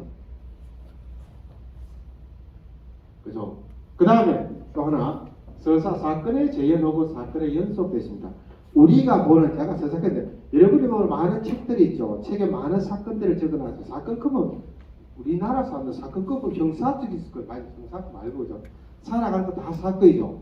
오늘 이 자리에 여러분 온 거 다 사건 아닙니까? 오늘 제가 여러분을 본 건 사건이에요. 나가다 누군가가 부딪히면 그것도 사건이고 안녕하세요 그럼 그것도 사건이에요. 수많은 사건이죠. 그러면 서사는 뭡니까? 사건을 재현하는 거잖아요. 뭐로 재현할까요? 말로. 근데 말로 재현하는 순간 그거는 그 사건과 똑같을까요? 달라질까요? 달라지잖아요. 말과 글로 표현되는 순간 모든 사건은 그 재현되는 순간 이미 달라지는 거죠. 재현되는 건 달라져요. 그래서 서사는 뭡니까? 사건의 재현 혹은 사건의 연속이 되어 있습니다. 그죠? 그래서 사건을 언어로 재진술 또는 전달한다. 누군가에게 말하는 거잖아요. 글로서도 책에서 그 순간 의미입니까? 원래 그대로는 아닙니다. 근데 그냥 전달하는 건 다 서사인데 이것이 소설 정도로 고도로 올라가려고 하면 어찌 됩니까? 단순한 전달은 아니겠죠. 사건의 재현이 돼 허구적이 들어가잖아요. 허구가 들어가겠죠. 허구는 뭡니까? 허는 거짓말. 있지 않는 거를 잘 읽었다. 짜임새 있게 거짓말. 그래서 소설은 짜임새 있는 거짓말이죠. 다음에 뭡니까? 자, 이런 이야기 쭉쭉 너무 그러니까 사건과 사건 재현 차이 모습인데 이 이야기는 그건 뭐 그런 겁니다. 스토리와 서사 다만한 건데 스토리란 게 뭡니까? 내가 오늘 겪었던 일 그 자체는 스토리. 그 다음에 서사 될 적에는 말로 표현한 거 서사 담아줘. 우리 수많은 이야기가 일이 있었는데 사건이 있었는데 내가 말이나 글로 표현하지 않으면 그거는 거기서 끝인 거잖아요. 말과 글로 표현하는 순간 뭡니까? 그것이 뭡니까? 누군가에게 나에게는 하나의 서사가 되고 누군가에 전달이 될 거 아닙니까? 그죠? 그러니까 이게 뭡니까? 서사는 뭐가 있다? 스토리가 있고 반드시 서사 담아 내가 전달하는 거 아닙니까? 말과 글이 없는 것, 그 자체는 뭡니까? 말과 글로 표현되지 않는 것, 쉽게 말하면 그건 서사가 아니죠. 내가 누군가 이야기를 할 때, 글로 쓸 때, 그때부터 써야겠죠. 그러니까 원래 스토리가 있고, 그것이 서사가 아마 말이나 글로서 표현해야 된다 이 말이죠. 근데 이것도 어려운 게 아닌데, 여러분 다 하고 있어요. 아예 나는 한 번도 내 이야기를 절대 말하지 아니한다. 나는 누군가에게 든 이야기를 절대 하지 말하지 않는다. 없잖아요. 그러니까 뭡니까? 우리는 내가 알든 모르든 끊임없이 서사를 창조하고 삽니다. 여러분은 죽을 때까지 계속 서사를 창조하고 살 거예요. 나 어제 뭐 했어? 니 어제 뭐 했니? 그럼 서사입니까? 그죠? 자, 그래서 자, 한마디 예를 든 거 봅니다. 글 쓰자고. 서사 속에서 그녀는 점심을 먹었다. 그러고 나서 그녀는 일터로 갔다. 이건 뭡니까? 이것도 서사겠죠. 단순한 서사겠죠. 근데 이게 글로 표현하기 전에는 뭡니까? 있었겠죠. 요 글로 표현하면 저겁니다. 여기서 서사성, 서사성의 강조를 하나 모습니다. 묵묵히 그녀는 점심을 먹었다. 그러고 나서 그녀는 일터로 갔다. 뭐가 차이가 있을까요? 세자가 붙었죠. 그녀는 점심을 먹었다. 묵묵히 그녀는 점심을 먹었다. 여기서 뭡니까? 서사성은 묵묵히 붙은 겁니다. 그녀가 점심을 먹었다는 것은 별다른 아무런 감흥이 없죠. 의미가 없죠. 뭐 A, B, C, D 누구나 다 점심 먹었습니다. 거기는 아무런 의미가 없어요. 그냥 전달한 거잖아. 근데 이것이 좀 더 서사적인 강조다. 묵묵히 먹었다. 묵묵히 먹었다는 건 뭡니까? 뭔가 생각할 바가 많았지 아니할까 맞잖아요. 뭔가 생각할 거리가 많았겠죠. 뭔가가 있었겠죠. 왜 뭔가 일이 있었나? 뭔가 슬픈가? 기분이 안 좋은가? 온갖 것을 우리에게 상상을 가져다 줍니다. 자, 그래서 묵묵히 들어가면 서사성이 강조되는 겁니다. 여러분이 내가 소설 쓰고 싶어요? 서사성 있는 작품 쓰고 싶어요? 잘 고려해 보세요. 독자에게 색깔을 끌어줘야죠. 그죠? 아니면 뭡니까? 그냥 신문 기자처럼 뭐 차차차차 이래서 우리 정민주 실장님 잠시 나가시면 그거를 갖다가 써야 되겠죠. 픽션과 난픽션은 픽션 그저 쭉쭉쭉 있습니다. 이건 뭐 그죠? 한 가지 맨 밑에 말만 한 거밖에 그죠? 픽션이라는 건 원래 사실 아닌 거잖아요. 만든 거죠. 만든 것은 뭐가 있습니까? 우리는 그러면은 보이는 모든 소설, 서사물 다 거짓말입니까? 아닙니다. 픽션과 난픽션에서 픽션에게 중요한 것은 사실이 아니고 진실입니다. 사실은 난픽션이 사실이고 픽션이 진실입니다. 진실은 뭡니까? 사실 여부가 전혀 중요하지 않아요. 뭐가 중요합니까? 의미가 중요합니다. 의미가. 이 소설에서 이제 내용이 진실이냐 아니냐 사실이냐 아니냐는 별로 안 중요해. 뭐가 중요해? 이 소설이 내포하고 있는 의미가 뭐냐는 이게서 우리는 착각을 일으킵니다. 우리는 가끔 역사 소설이라든가 역사 드라마를 보면 그게 다 진짜인 줄 알아요. 그게 착각에 빠져있죠. 그거 진짜 아니죠. 그거는 그 드라마를 쓴 작가의 의도, 생각들이 들어가서 만들어낸 거 아닙니까? 그건 사실이 아닙니다. 그걸 다 사실이라고 믿으면 큰일 납니다. 우리는 그래서 뭘 느끼면 됩니까? 이 작가는 이 드라마를 통해서 무엇을 말하고자 하는가가 중요하죠. 근데 한국인들은 대장부 보고 나면 와, 그거 다 진짜인 줄 알아. 와, 저렇구나. 전혀 진짜 아닙니다. 그죠? 대장은 기록과 시력이 만큼밖에 없는데 나머지는 작가가 다 만든 거 아닙니까? 그럼 이게 다 거짓말이다? 그것도 아닙니다. 거짓말 아닙니다. 이게는 뭡니까? 우리는 거짓말이다 아니다가 사실이냐 아니냐 이래 되는 거죠. 근데 서사는 사실이다 아니다 안 중요합니다. 뭐가 중요하다? 진실이 중요하다. 진실은 뭐다? 사실 여부가 의미요구나. 이 작품에서 이 글에서 이 사람은 무엇을 하고 있다는 거. 의미가 진실은 의미죠. 기억과 기록으로 갑시다. 기억과 기록이 있어서. 자, 여러분 이 그림 혹시 봤습니까? 지금 되게 비싼 화가겠죠. 달리는 안 비쌉니까? 그죠? 저는 진짜 화학 그림 공부하다 보면은 피카소가 저는 참 대단한 사람이에요. 그 증거으로 분리되면 대단한데 그 못지않게 한 차원을 더 올려서 더 대단한 사람이 하면 저는 달리라는 거죠. 피카소는 뭡니까? 눈에 보이는 것만 그리던 세상에서 눈에 안 보이는 것 다 그렸어요. 그 입체파죠. 보이지 않는 것 다 그리니까. 근데 달리는 보이지 않는 것만 그리는 게 아닙니다. 인간의 초현실주의. 그죠? 내 기억을 그립니다. 여원 자체 기억의 지식입니다. 똑같은 시기인데 다 달라져 있잖아요. 그 기억의 문제죠. 이 그림을 제가 넣은 것은 뭡니까? 인간의 기억은 뭡니까? 불분명하고 불완전한 겁니다. 기억에 따랐으면 A에게 시계는 저렇게 그려지고 B에게 시계는 저렇게 그려집니다. 그런데 시계는 똑같아요. 한 개 내 그림이 달라질 수 있죠. 왜? A와 B의 기억 속 시기가 다르기 때문입니다. 그것이 다른 이유는 무려 7가지 10가지 이유가 있을 거예요. 그냥 기억이 잘 안 나서 대충 그릴 수도 있겠죠. 그게 아니고 난 그거 기억하고 싶지 않아 이래서 또 있습니다. 난 그 시계가 트라우마니고 시계는 그릴 수도 있잖아요. 그럼 시계를 그리면 어찌 됩니까? 축축한 악마처럼 그려놓을 수도 있잖아요. 난 시계가 나한테 악마입니까? 시계가 나한테 천사로 그릴 수도 있지만 악마로 그릴 수도 있죠. 달리는 그렇게 그렸겠죠. 또 달리 그리면 시계는 천사일 수도 있고 악마일 수도 있고 시계가 사각이 됐다가 쭈그러졌다가 거물거물해졌다가 되겠죠. 기억이 되죠. 그래서 여러분 기억해 봅시다. 이게 제가 7개를 적었어요. 우리 기억이 얼마나 불안전한가. 그래서 요 이야기를 들은 이후부터 여러분들은 주변에 집에 가서 누군가 가까운 사람하고 이야기할 적에 내 기억은 절대적으로 다 옳아있고 안 됩니다. 다 사람들 보면 지 기억 다 옳다고 생각해. 근데 그거 다 틀린데 저도 많이 지적사항입니다. 그게. 근데 알고 보면 제 기억도 옳다는 얘기도 틀린 게 많고 또 니도 틀린 게 많고 우리 다 되게 불완전합니다. 왜 불완전할까? 시간이 흐르면서 기억이 이게 돌아가면서 소멸. 그렇죠. 인간이 제일 잘하는 것 중에 하나 잊어먹는 거죠. 안 잊어먹으면 인간은 살 수가 없습니다. 잊어먹는다는 게 얼마나 좋아요. 인간이 여러분들 있잖아요. 우리 안 잊으려고 노력해요. 안 늙으려고 노력해요. 그런데 우리가 인간이 진짜 다행인 거는 뭡니까? 늙는 것하고 잘 있는 거예요. 잊지 않고 늙지 않으면 그 인간 못 살아요. 큰일 납니다. 여러분이 만약에 우리 선생님께서 난 너무 안 늙고 싶어요. 안 늙으면 어찌 될까요? 10년간은 좋아요. 나이보다 젊어 보이나도 20년 되면 어쩝니까? 이 여자 이상해. 30년 되면 어찌 될까요? 가다 봅니다. 인간이 아닌 거죠. 연구 대상이 되죠. 그때부터 연구물로 들어갑니다. 안 그래요? 그럼 그 다음부터 어떻게 될까요? 선생님께서 이랍니다. 집안 나를 넓게 해주세요. 난 늙고 싶어요. 되겠잖아요. 그러니까 인간은 늙는다는 것과 있는다는 건 참말로 행복한 조건이죠. 어쨌든 자연적으로 기억이 소멸되는 건가? 그때 그랬던가? 두 번째, 제때의 주의를 제대로 기울이지 않아서 발생하는 정신이 없어.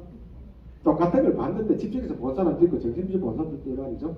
그 다음에 기억해 내려고 애쓰지만 어려를 막힌 뭔가 생각해도 안 떠오르는 것. 그러면 대충 씁니다. 그러면 왜곡이죠. 잘못된 기억으로 인하여 어떤 사건의 원인을 사실과 다르게 지목하게 되는 거죠. 오귀인, 잘못하는 겁니다. 그러니까 내 기억이 잘못되어 있는데 그것을 바탕으로 어떤 사건의 원인과 사실을 이야기하면서 잘못되게 이야기하는 거죠. 기억이 아예 처음부터 기억이 잘못된 겁니다. 주어진 정보가 기존 기억에 영향을 미치게 되는 거. 그죠? 어떤 정보를 받아서 그러면 그것이 내 기억을 바꾼다는 거죠. 그 다음에 뭡니까? 기존 지식과 믿음이 기억에 왜곡된 영향을 미치는 것. 그래요. 제가 예전에 사고 나서 교통사고로 죽을 뻔했는데요. 정확하게 경험을 했어요. 차에 팍 받치고 저쪽으로 한 5m 날아가서 차에 치가지고 5m 날아가는데 그때 뭡니까? 머릿속에 뭔가 바짝바짝 하면서 엄청 동굴 속으로 막 빨려 들어가더라고요. 제가 동굴 속으로 막 빨려 들어가요. 동굴 끝에 가니까요. 그다란 동굴이 있고 앞에 붉은색 대문이 있고 우리 부친이 저보다 6개월 전에 돌아갔어요. 1년쯤 됐네. 1년쯤 돌아가서 부친이 거기에 떡 서 있어요. 그때 떡 서 있어요. 니가 왜 왔노? 이라는 뭐라 하니까 니 가라. 근데 가라 그러는 순간 눈 떴는데 그래도 살았죠. 눈 안 뜨시면 병원에 갔겠죠. 자, 근데 이 이야기를 제가 죽음의 체험에 관한 글들을 봅니다. 근데 기독교인들이 쓰는 거는 다 뭡니까? 반짝반짝 촤 기독교인들도 많이 써놨어요. 그러니까 예수님 믿기도 하고 그죠? 십자가 믿기도 하게 돼요. 근데 불교도 하면 또 달라집니다. 무속신앙 다 달라집니다. 그러면 제가 이걸 경험했다고 제가 처음에 진짜 사람이 죽으면 이런 걸로 들어가는구나 이런 생각을 했어요. 근데 요새는 바뀌었어요. 어떻게 바뀌었을까요? 저렇게 간 게 아니고 내가 살면서 저런 이야기 많이 들은 거예요. 죽으면 제가 죽음가는 거 책을 많이 봤으니까 보면 사람이 죽으면 동굴 같은 데 막 빨려 들어간다더라라는 걸 내가 많이 들었죠. 그러니까 무의식 중에 그것이 작용해서 내가 저렇게 나왔구나 이렇게 정리된 거예요. 그래서 기존 지식과 믿음이 기억에 왜곡된 영향을 미친다. 내가 어떤 지식을 가고 있느냐에 따라서 내 기억이 바뀐다 말이죠. 그 다음에 잊고자 하는데 기억이 반복해서 떠오르는 지속성. 이것도 웃기죠. 어떤 거는 계속 잊고 싶다 계속 떠오르는 거 이런 것들이 뭡니까? 모조리 기억을 불완전성하다. 이 이야기는 제가 뽑은 게 아니고 이거 외국에서 합작한 거예요. 근데 주로 이게 누가 많이 쓰느냐면 판사님들이 많이 보는 구절입니다. 판사님들은 정인이 올라와가지고 정은 쫙 제 기억에 따르면 그때 판사님들이 적을 잘해요. 변호사도 그렇고 그 진실을 그 정언을 그대로 믿고 판결하는 순간 엉터리가 많아지는 거예요. 거짓 진실을 하지 않았는데도 그 기억 자체가 잘못되는 거예요. 그죠? 그래서 훌륭한 판사는 적을 벽에다 붙이고 계속 봐야 돼. 저 진실이 과연 저 사람의 진실일까 아닐까? 왜? 기억이 불안전하다는 거 감안하고 그것을 판결해야 될 말이죠. 근데 우리 문학에도 저렇다는 합니다. 저거 빼고 밑에 거 요건 제가 기억의 조작 아예 처음부터 기억 자체는 없는 걸 만들어내는 거죠. 근데 웃기죠. 우리는 기억에 그런 거를 경험한 적이 체험한 적도 없어. 근데 내가 체험했다고 계속 머릿속에 만들어놓고 계속 그걸 떠들어 이야기하면 한 10년 지나면 어떻게 합니까? 거짓말도 진짜 돼요. 나 진짜 그럴 줄 알아요. 누가 그러죠. 거짓말 탐지기를 피하는 방법이 뭔 줄 압니까? 같은 상황 계속 반복하면은 거짓말도 한 5년 하면 어찌 됩니까? 진실이 돼가지고 거짓말 탐지기를 우사 통과한다네요. 그죠? 그 정보가 인정돼서 그렇죠? 저 기억의 조작, 의도된 조작입니다. 제가 양산숙제원이었는데, 저 양산숙제는 제가 제일 처음에 찾아서 그 발표했던 거예요. 제 석사 논문에 됐고, 그 논문을 썼던 적이 있는데, 저기 보면 뭔지라면 양산숙이라는 사람은 진주성, 제2차 진주성 싸움에서 싸우다가 그 남간에 뛰어들어 죽은 사람이에요. 나이가 젊으니까 당시 부장 위에 장군이 김천일 장군이 니는 나이가 젊으니까 남간 gem쳐 건너가서 살아라 이랬어요. 남간 건너편에 자기 엄마하고 여동생인가 뭐 있었어요. 근데 그 말을 듣고 스스로 먼저 뛰내려 죽어서 내가 다 아프고 내가 살 수 있겠으니까 먼저 뛰내려 죽은 사람이에요. 근데 이 양산숙전에 관한 그 사람이 글을 쫙 적어놨어. 근데 아주 디테일하게 잘 적어놨어. 당시 진주성 안에서 있었던 수고받은 이야기를 쭉쭉쭉쭉 다 있어요. 그래서 그거 보고 와, 우리 진주성이 이런 일이 있었다, 이런 일이 있었다, 이런 일이 있었다. 진실일까요? 거짓말일까요? 다 거짓말입니다. 왜? 당시 그 자리에 있었던 사람 중에 생존한 사람 한 명도 없습니다. 다 죽었어요. 근데 다 죽었는데 어떻게 그들이 주고받은 대화를 다 할 수 있을까요? 그건 만들어낸 거 아닙니까? 상황을 재현하고 만들어낸 거죠. 이게 만들어낸 거죠. 그 기억은 기억이 아니죠. 의도된 조작 아니까 만들어낸 거죠. 아주 헷갈리는 작품 중에서 동네 양부화전이라고 있어요. 울산의 그 소설가 누구죠? 이양호 선생이 그거 들고 책을 한번 낸 적이 있는 것 같은데 그 작품을 제일 처음에 찾아서 대중에 학교 소개시킨 사람이 저희 소개받으시더라도 우리 선배님이 자기 박사 논문 썼는데 좀 단락해가지고 지금 전라대 교사를 갖다 드리고 있는데 저는 발굴하고 소개하고 써보지도 못해서 아무것도 남들이서 못해요. 근데 그 작품에 보면요. 양구하는 사람이 포로로 일본에 갔습니다. 그때 풍신수기 됐던 이래에게 송해를 받아 입혀 있어요. 그런데 당시에 뭡니까? 정유재라는 덩어리가 일본하고 조선이 강화조약을 만약에 심리경하고 그 와중에서 이 명나라 사신하고 이렇게 막 짜고 해가지고 도요토미 히데요시를 독살했다는 거예요. 그래서 이 사람은 옆에서 지켜본 거죠. 와, 도요토미 히데요시가 죽은 거는 독살이다. 자, 그래서 와가지고 우리나라에 돌아와가 그걸 기록을 적어놨어요. 그게 동네 양부화전입니다. 여기 나옵니다. 근데 과연 진짜 도요토미 히데요시는 독살 당했을까? 그게 사실이라면 뭡니까? 일본 역사도 엄청 대단히 확 뒤집어지겠죠. 일본 근대 3대 영웅 중에 한 명이 뭡니까? 오다 노부나가, 도요토미 히데요시, 도쿠가와 이에야스인데 그들 그 세 명 중에도 대단한 도요토미 히데요시는 독살당했다. 그죠? 그러면 그 기억이랄 그런 진실일까 가짜일까 한번 생각해볼 필요가 있죠. 의도적으로 만들어질 수도 있다는 거예요. 제 생각은 만들어질 수도 있을 거 아닙니까? 와서 일본에 가서 포라고 자기가 자기 자신 올릴 수 있는 방법 중에 야, 일본에 가서 이랬다 저랬다 우리 가서 모르니까 그죠? 그럼 그 이야기를 들은 사람이 그렇게 쭉 적어줘서 임상원인가 하는 걸 적었는데 그러니까 그 기억은 과연 진짜일까요? 그러니까 이건 기억은 뭡니까? 내가 기억한다고 하는 것 자체가 아예 저 위에 있는 저런 7가지 항목이 아니고 처음부터 조작한 기억. 근데 계속 그걸 이야기하고 다닐 수 있죠. 과연 이 소설을 쓴 이양호 선생님은 그런 걸 감안했을까? 다음에 그래서 뭡니까? 그 기억이고 왜곡된 기록은 뭡니까? 불완전한 기억의 기록이죠. 우리가 기록된 많은 것, 이게는 꼭 소설이나 서사를 따라서 다큐멘터리나 많은 것들이 사실은 누군가 우리가 다큐멘터리 꼴이 제일 많이 하는 게 뭡니까? 찾아가서 인터뷰하죠. 그러면 그때 내가 어떻고 저떻고 막 이야기합니다. 그래서 우리는 죽은 다큐멘터리니까 죽은 진실이 하나. 그게 진실일까요? 그분의 기억이 100% 정확할까요? 아닐 수도 있잖아요. 아닌가요? 100% 정확하지 않을 수도 있죠. 그러나 우리는 그게 진실이라고 생각해버리는 수가 있어요. 그러니까 불완전한 기억을 기록했다. 두 번째, 불완전한 기록의 기록이죠. 많은 기록들은 그 전에 기록을 보고 기록해요. 수많은 사람들이 전쟁에 관해서 적어놓은 수많은 기록을 보면요. 직접 보고 듣고 느낀 거 없다 했죠. 거의. 누군가의 기록을 보고 적어요. 근데 그 기록이 왜곡되어 있는데 그걸 검증하는 거 적어요. 그러니까 자기도 엉터리지는 수가 많죠. 그러니까 기록이라는 게 뭡니까? 불완전한 기억을 기록한 게 있고 잘못된 기록을 그대로 받아들여서 기록한 것도 있겠죠. 그러니까 우리는 우리에게 주어지는 많은 기록물들에 대한 텍스트 검증은 굉장히 중요한데 이것이 제일 약한 게 동양삼국 중에서 우리나라 같은 제가 보면 제일 잘하는 건 일본 같고 일본 별로 좋아하진 않는데 근데 참 배울 점이 많은 부분이 있어요. 제가 봤을 때는. 그 다음에 뭡니까? 지나친 상상력의 개입에 의한 왜곡, 요거는 나쁘다고 말하기 곤란한데 사람들 중에 기록을 해요. 기록할 적에 어떤 생각을 갖는 줄 압니까? 보다 더 재밌게 적어야지, 보다 더 잘 적고 싶은 심리 있죠. 이 기록을 하는 사람의 목적이 있습니다. 예를 들어 글을 쓴 사람, 이 기록에 보다 많은 사람들 와, 니 대단하다고 해주기를 바라는 마음이 깔려있는 기록이 있어요. 깔리실 수 있잖아요. 야, 많은 사람들이 나 이거 지금 많이 팔아먹어야지 그러면 좀 더 잘 쓰려고 하잖아요. 좀 더 잘 쓰려고 하면 어찌 됩니까? 사람들의 관심을 끌려고 하면은 좀 더 극적인 요소가 들어가겠죠. 그러니까 뭐가 될까요? 그런 생각이 들어간 지나친 상상력의 개입에 의한 왜곡됐습니다.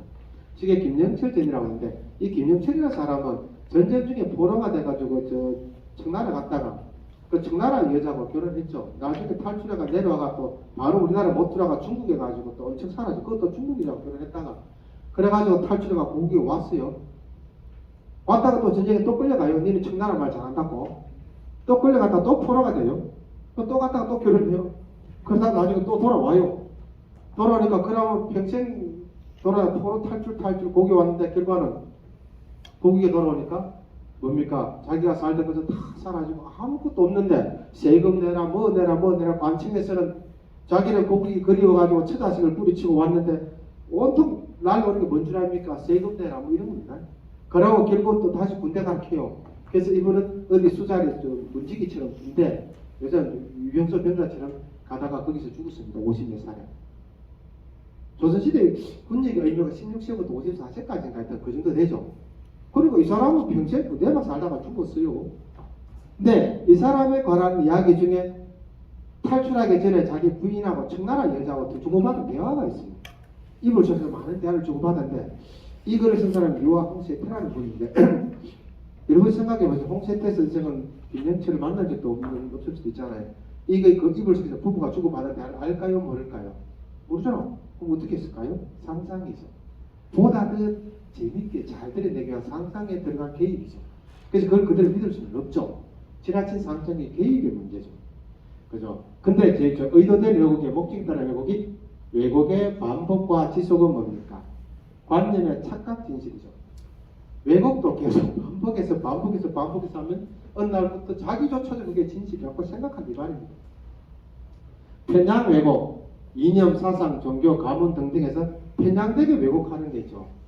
우리가 그런 게 있죠.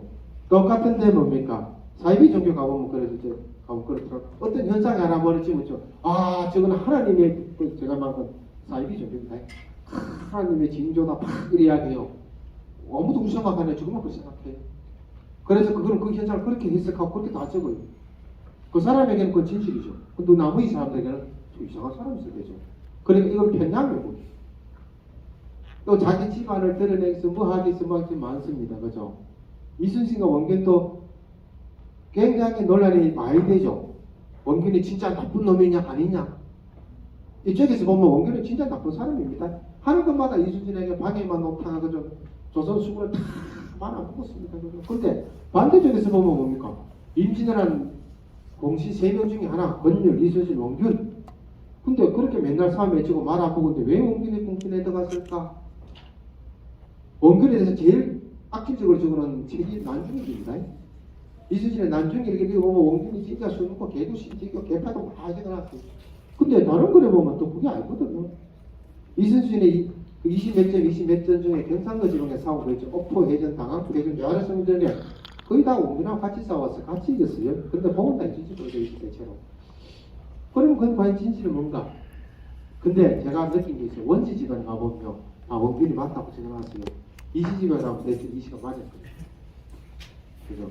예전에 달천목미록인가 그 신립자문에 그 신씨 집안들은 많이 왔더라고요. 와가지고 뭐합니까? 신립이 좋다 막 이야기 가문이 상당히 중요한 것 같아요. 기억의 불완전성, 왜곡된 기록 있죠. 아까 말한 그게 그죠? 그래서 우리가 할 지금 거죠. 제가 방금 항상 뭐다? 우리는 우리의 기억이 정확하다고 확신하면 안 됩니다. 너의 기억도 나의 기억도 정확하지 않을 수 있다. 불안하다. 그래서 기억에 절대적으로 의존하면 안 된다. 있고요. 그 다음에 기록은 그 불완전한 기억을 기록했기 때문에 불안하다. 그리고 기록은 잘못된 기록을 보고 기록했다. 그 다음에 기록은 의도적으로 잘못 적었다. 우리는 지금요 수많은 서사는 틀리살 봅니다. 제가 뉴스를 볼 때마다 요새는 뉴스를 신문사 딱 타이틀만 말해요. 뭐 사건이 벌어서 탁 이 신문 요건 이렇게 적을기라, 요건 이렇게 적을기라. 그렇죠. 어김 없습니다. 제가 뭐 사건 이거 조선일보 이렇게 적고 동아일보 이렇게 적을 것이고 한겨레신문 이렇게 적을 것이다. 똑같아요. 근데 색깔이 다른 수많은 사건들 이어가면 다 똑같이 적립니다. 이어가면 다 똑같이 적립니다. 그건 제가 보면서 이 메이저 신문사들이 다 엉터리 같아. 솔직하게. 어떻게 저렇게까지 맨날 똑같이 저렇게 논조로만 적을 수 있을까? 그건 뭘까요? 그 기록이라는 게 진실일까요? 아니죠. 의도된 기록이죠. 즉 미리 의도가 먼저 들어가 있어요. 의도가 먼저 들어와서 의도에 따라서 사실을 해석하고 또는 사실을 꿰맞춰가지고 그렇게 기사를 내겠죠. 그러니까 뭡니까? 엉터리가 되는 거예요. 그래서 저는 이거 신문 별로 구체적으로 안 읽는 경향이 많아요. 요새 보면 뻔한데 뭐 사건이 벌어서 있으면 뻔하게 이렇게 적을기라, 저지면 뻔하게 저렇게 적기라. 그렇죠. 근데 그렇게 잘 안 되는 신문사들이 있어요. 많이 있어요. 저기 경상일보 정년주 실장님 계시다고 하는 말이 아니고요. 그 경상일보는 그렇게 적기를 안 해요. 그냥 사실대로 좀 적어놨습니다. 자, 참상의 전쟁서사의 양상이요. 이제 여기부터 좀 바뀐 앞에 기록 이야기죠. 제가 시간이 없으니까 그냥 간단. 앞에 제가 원래 기억과 기록을 갖고 쭉 하려고 하다가 이제는 그 작품과 관계 그럼 너무 재미없을 것 같아서 성향이 속 바뀐 거예요. 여기서.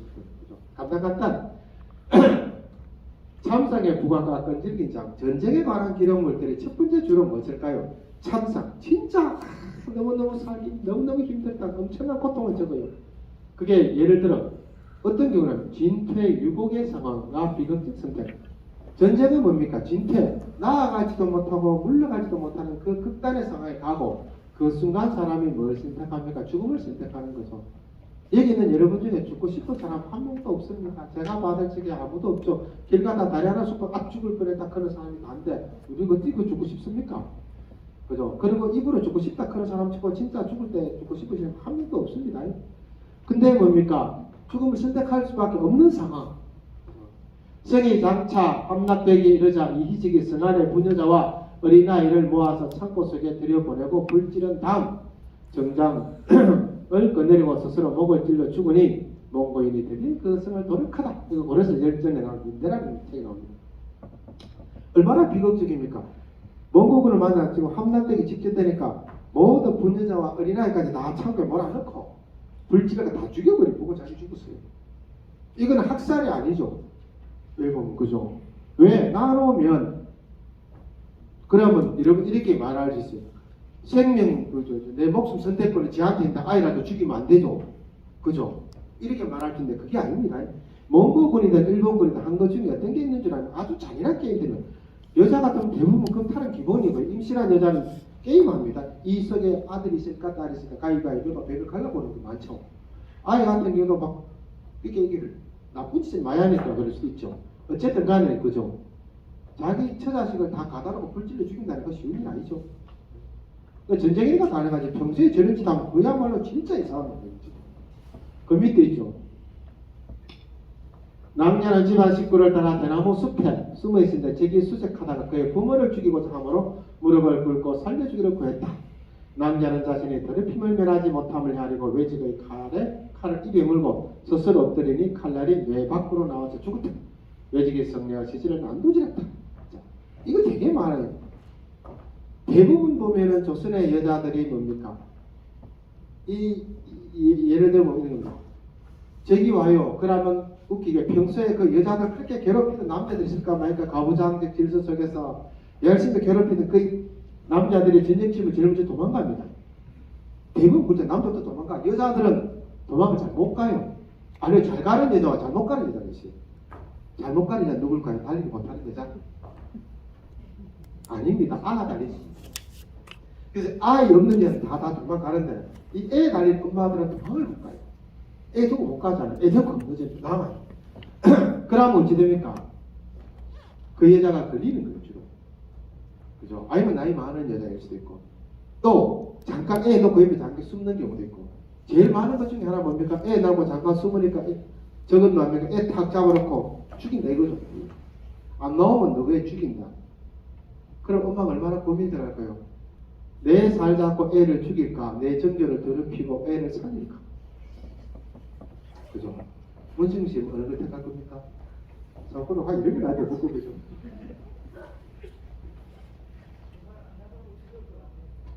안 나가고 죽을 거라고요? 나간다고? 아주 이게 안 나가면 안 죽는데. 자, 근데 어쨌든 그런 이야기가 대부분 엄마들이 또 잘 나와요. 그 자식들 없죠. 그리고 일본 분들이 나오면 또 죽이지는 않아요, 사실은. 데리고 다니는 거죠, 그냥 그다음부터. 이 여자 이야기 뭡니까? 숨었는데 부모가 잡혀있어. 부모를 죽이려고 할까는 부모를 살려고 나온 거예요. 나와서 일본군이 부모를 또 살려줘요. 그래서 여자가 부모 보고 빨리 도망가라 해요. 자기는 일본군한테 잡혀가지고 그저 밤에 시중 들게 돼 있잖아요. 근데 부모 도망간 거 보고 자신은 뭡니까? 그 일본군 칼 뽑아서 먹겠다 그러고 하고 그때 죽었다 그 이야기죠. 죽고 나니까 일본군 어찌 됐습니까? 승진하죠.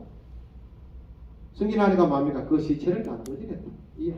이런 건 되게 많아요. 그 도망치던 여자가 뭡니까? 난간에 딱 나무를 딱 잡았어. 일본군이 좀 물에 들어가서 귀찮거려 어찌 됩니까? 손가락 하나씩 자르죠. 그건 되게 많죠. 그래가지고 자기 그 끝까지 넘어가는 데는 다 난도질. 평소에 없는 거예요. 자, 그거는 참상이야. 그러니까 이념의 구현과 체제 우위에 증명되어 있죠. 아까 이거는 주로 이야기했습니다. 그 중에 연례가 압도적으로 많고, 그 전쟁치는 제일 불쌍한 게 누굽니까? 여자죠. 전쟁치면 제일 안전한 게 누굽니까? 군인이라죠. 전쟁에서는 제일 괜찮은 직군이 뭔 줄 아니까 군인이라죠.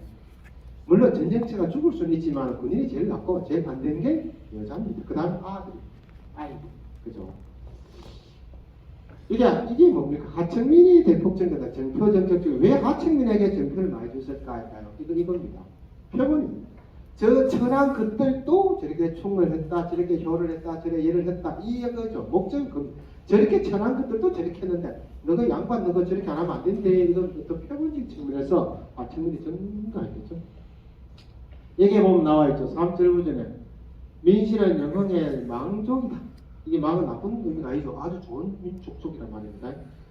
그죠? 일찍이 아버지를 했다. 우리 가문에 시집 와서는 심히 부도가 있었다. 이 문자가 자세고 우리 가문에 시집 와서는 심히 부도가 있었다. 앞에 영흥의 민실의 말입니까? 그러니까 표현 자체가 굉장히 좋은 집안 출신의 여자가 우리 집에 왔고 우리 집안에 와서 굉장히 부도 며느리였어요. 여자의 도가 있었다. 두 아이를 낳아. 못 낳으면 또 안 되면 죽 겁니다. 그죠? 그 다음에 뭡니까? 그러다가 뭡니까? 이제 저기 온 겁니다. 민씨가 벗어나올 수 없음을 알고 패도를 꺼내어 목을 찔러 죽었다. 저 드라마 보면 대충 다 거짓말이에요. 여러분 그 은장도 들고 이 가서 푹 찌르고 죽들 아닙니까? 거짓말. 그 은장도 장도 찌르고 잘 안 죽어요. 제가 봤을 때. 자기를 찔러서 죽기가 쉽지 않다대요. 그러고 이게 찔러가지고 적사하기 쉽지 않아요. 그래서 실제 기록에 보면은 가슴 찔러 죽는 건 별로 없고 목을 자르고 찌르고 그때 그 쉽지 않겠죠. 그래서 뭡니까? 목을 찔러줄 외직이 분노하여 그 머리를 자르고 갔다. 두 아이는 노복에 고서 피했다. 그냥 가면 되니까 꼭 보면 머리를 자르고 난도질하고 가죠. 그 다음에 전쟁을 껴서 하는 걸 뭡니까? 운명론적 세계관과 허무주의의 신념이죠. 전쟁이나 극한적 한계에 도달할 때까지 중지되지 않는 폭력 행위, 개체의 이성과 의존을 무관하게 갑작스럽게 가진 엄청난 폭력. 내 의존과 아무 관계없이 폭력이겠죠. 그러니까 그래야겠죠. 그 밑에 뭡니까? 최소한의 휴머니티 관념 없고 인간적 개념 붕괴되고, 그죠? 그래서 전쟁은 전망부재 전쟁 어떻게 할 수 없는 상황. 그래서 그 전쟁을 겪은 사람은 나에게 오는 이 불행은 영원히 이어질 것이다. 그것이 남는 마음은 뭡니까? 허무주의. 왜? 허무주의가 뭡니까? 가치와 의미를 지닌 것은 아무것도 없다. 우리는 허무주의 막 철학적 해석하지 마세요. 허무주의가 뭐다? 내가 더 이상 살 가치가 없다. 살 의미가 없다. 그거 허무주의입니다. 그죠? 그 가치 없단 말입니까? 그래서 뭡니까? 절대적 무의미함을 경험하는 상황. 모든 게 의미 없다. 그죠? 그래서 뭡니까? 이거 뒤에 가면 지배층의 잘못을 비판하고 새로운 가치를 모색하고 마기를 있습니다. 이 비판의식이 막 나왔다 그 이야기죠. 이건 넘어갑시다. 그죠? 여기서 더 있죠. 그죠? 이 지배층의 비판이라는 게 아까 제가 김영철 전 이야기했습니다. 그죠? 포로로서 두 번이나 탈출해가 왔는데 저 있죠. 전태적 공은 컸으나 상은 없다. 가업은 텅 비어 아무것도 없다. 현령은 말의 값을 돌려받았고 호전은 남초값을 은으로 독촉했다. 늙어서는 성을 지키가다가 끝내는 공공구구라게 죽었다. 전쟁에 공이 많아도요, 신분이 낮은 일반 서민은 공을 아무리 세워도 공을 인정받지 못하고 전쟁이 끝이 없습니다. 갔다 오면 또 군대 가고 갔다 오면 또 군대 가고 저걸 예를 들어 이겨가지고 이겼다 흔들 그거 뭡니까? 수많은 포획물들이 나한테 오는 것도 없고 그러니까 전쟁은 뭡니까? 이기나 지나 득되는 게 없다. 신분제에 따랐습니다. 그죠? 그러니까 신분에 의해 모든 게 결정되는 사회 구조적 모순을 비판한 거 되죠. 그 다음에 제가 요거 이야기하고 싶은데요. 얼마나 기록의 차이가 크냐면 여러분 우리는 그 한마을 말입니다. 그죠? 한 일제강점기 전후에 보면은 유명한 인물들이 있죠. 저게 박영룡, 태극기 맨 처음에 딱 대사는 박영룡. 그 옆에 누구 있습니까? 서재필, 유명한 사람에게 예전에 제 위인이었을 겁니다. 6.1조 서유겸 쓴 사람 있죠. 공통적으로 대단히 괜찮은 사람들입니다. 근데 어떻게 적어놨는지 보세요. 가보면 6월에 흉적, 박영료, 서광복, 서재필 등이 외롭을 앞장세우고 대구를 도하였다. 얼미년 8월 6.1준 기봉집 등이 외롭을 교세에서 국문을 사였다. 명성하고 시해를 요것들이 사주에서 죽기 말이죠. 11월에 임금의 머리를 강제로 깎았다. 단발령이겠죠. 이때 지방관이라는 자들 역시 흉직의 앞잡이였던 까닭으로 사건을 독촉함이 매우 심했다. 우리가 생각하는 서재필은 존경하는 위인전에도 들어있고 6.1준도 들어있는데 실제는 뭡니까? 실제는 이렇게 적어놨죠. 6.24 열전에 이 이야기는 뭐냐면 굉장히 위양측사 구함을 의백하던 사람들 이야기입니다. 이거 물론 개화파에 있을 수 있지만 굉장히 입장 바꿔 생각하면 저렇게 적어놨죠. 반대쪽에 적어놓은 건 뭔지 압니까? 제가 예전에 본 저 서재필 위인전 그 힘든 시기에 뭡니까? 이 땅을 우리 그 조선족 우리나라를 지키기 위해서 이렇게 많이 고군 분투했다 다 죽겠는 사람들 아닙니까? 근데 이쪽은 저렇게 적어놨습니다. 기록이라는 건 시각에 따라서 너무나 달라집니다. 그래서 뭡니까? 진실 낮은 지위나 신분들의 공을 인정하지 못하는 것들 줄줄줄 적었다는데 본질은 날카로운 지적과 비판을 통해 당대 사회가 나아가야 할 방향 제시를 쭉 되어 있죠. 하층 계층에 적극적으로 만드는 얘기인데 이 경우는 대부분이 공통적으로 지배계층이 써준 겁니다. 밑에 중인계층도 나오죠. 조선시대 기록에 능력도 있고 공도 있으나 신분제라는 굴레에 막혀서 제대로 인정받지 못한 사람들 이런 이야기죠. 요 밑에 거는 조선시대 제일 안 된 인간 중에 하나 중인이라 되어 있어요. 이 사람들은 일을 해도 능력은 축적한데 대접은 못 받고 일반입니다. 그죠?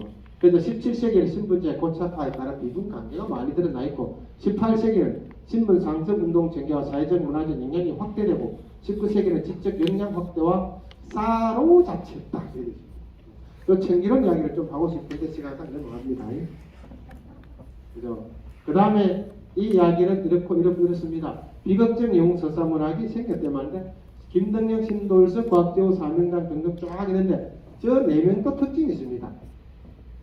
저기서요 김덕령, 신돌석, 곽재우, 사명당 중에서 김덕령하고 신돌석은 죽었죠. 곽재우하고 사명당은 그 부지소종입니까? 종직이 끝이 잘 보이지 않는답니다. 애누리 없는 게 있습니다. 김덕령과 신돌석은 신분이 서민 내지 천민계층이죠. 전쟁에 공을 세운 사람들이 대부분 비극적인 영웅이 되는데 이 중에 출신 성분이 서민이나 천민 출신들은 그 끝은 무조건 비극적으로 죽었다. 근데 양반계층이라든가 이런 사람들은 죽었다가 없습니다. 그냥 사라졌다. 흔적이 보이지 않는다. 없었죠. 그게 뭡니까? 기록에도 신분이 작용한다는 말이겠죠. 드디어 마지막이죠. 여러분이 생각보다 빨리 지루할 때 빨리 마쳐야 될 기대 마칠 겁니다. 그래서 뭡니까? 타락한 세계와 인간성 상실. 전쟁은 처음에 뭡니까? 세계는 완전 타락. 인간성 상실. 그 다음에 전쟁은 뭡니까? 이 생각이 없어. 행동이 먼저 나오는 행동주의적 경향. 인간의 악마적 본성이 저절로 드러나. 아까 자기 처자식도 잡아먹고 자식도 바꿔먹고 그렇잖아요. 그죠? 그래서 뭡니까? 내 실존 상실. 나의 존재 자체가 상실. 그리고 뭡니까? 부조리의 자화가 이루어지는데 그 다음에 시간이 지날수록 요구가 있는 게 아닙니다. 전쟁 거꾸로 뭡니까? 실존 확인과 진정한 가치 모색. 그래서 악마적 인간 본성이 적나라하게 드러난 다음에 뭐가 나옵니까? 그것에 저항하는 휴머니즘이 생기고 이 말입니다. 인간애를 구현하고 행동적 의지. 자, 어떻게 극복하는 방법을 인간에서 찾는다는 거죠. 그래서 상흔의 현실과 치유가 이루어짐으로써 되십니다. 그런데 그 치유는 뭐가 필요하다? 모든 작품에 치유가 나오는 모든 작품에는 반드시 인간애가 존재됩니다. 청약 의무지대라는 작품인데 제가 그걸 그때 논문을 한번 썼는데요. 그것도 똑같습니다. 마지막에 그 청약 의무라서 난리통에 도망가다가 엄마는 적군에게 맞아 죽고 동생은 흔적부적되고 자기는 목이 반쯤 잘리는데 운 좋게 살아가지고 이렇게 내가 뭐 며느리 되면 쭉 나오는데 이 사람이 사실은 엄마 죽고 동생 잃어버리고 자기는 목이 절반쯤 잘려가 시체 산 이유가 뭔 줄 압니까? 자기 위에 시체가 쌓이는 바람에 살았어요. 그다가 또 산 이유가 뭡니까? 시체가 많이 쌓이다 보니까 시체에서 피가 뚝뚝 떨어지는 그거 마시고 살았어요. 피난 음식으로 찐살을 줘. 찐살을 많이 들고 다녀가지고 찐살 꺼내놓고 물은 피 떨어지는 물에 살았는데 정상적인 삶이 되고 나중에는 굉장히 집안을 잘 이렇게 내리돼 있어. 그렇게 가능한 게 뭔 줄 압니까? 사랑. 남자가 이 여자를 사랑하고 가족을 형성하고. 그래서 제가 보면 이 상언의 치유의 본질에 뭐가 있습니까? 사람 있고 사람이나 사랑이 있고 그 다음에 관계 1번은 가족 공동체적 삶이 들어가는 겁니다. 그래서 모든 전쟁은 그 엄청난 비극 악마적 고생이 있지만 결론은 극복해낸다. 극복은 인간이 들어가 있는 가장 본질 인문학이죠. 따라서 뭡니까? 위기의 시대 우리는 끊임없는 시련을 받고 있는 시대 지금도 그렇죠. 극복 방안은 뭐다? 인문학. 그냥 인문학을 떠드는 게 아니고 인문학의 가운데 있는 인간에 대한 애정 남과 나를 구분하는 애정이 전제되면 어떤 위기도 극복할 수 있다. 요겁니다. 전적이 보여주는 답은 막 참상 비극이 아니고 결론은 극복할 수 있다. 우리가 인간을 사랑하는 마음으로 극복할 수 있다. 내만 살다 크지 말고 같이 살다 크면 극복하는 그겁니다. 자, 엄청 내용을 많이 했죠. 여기까지 주겠습니다.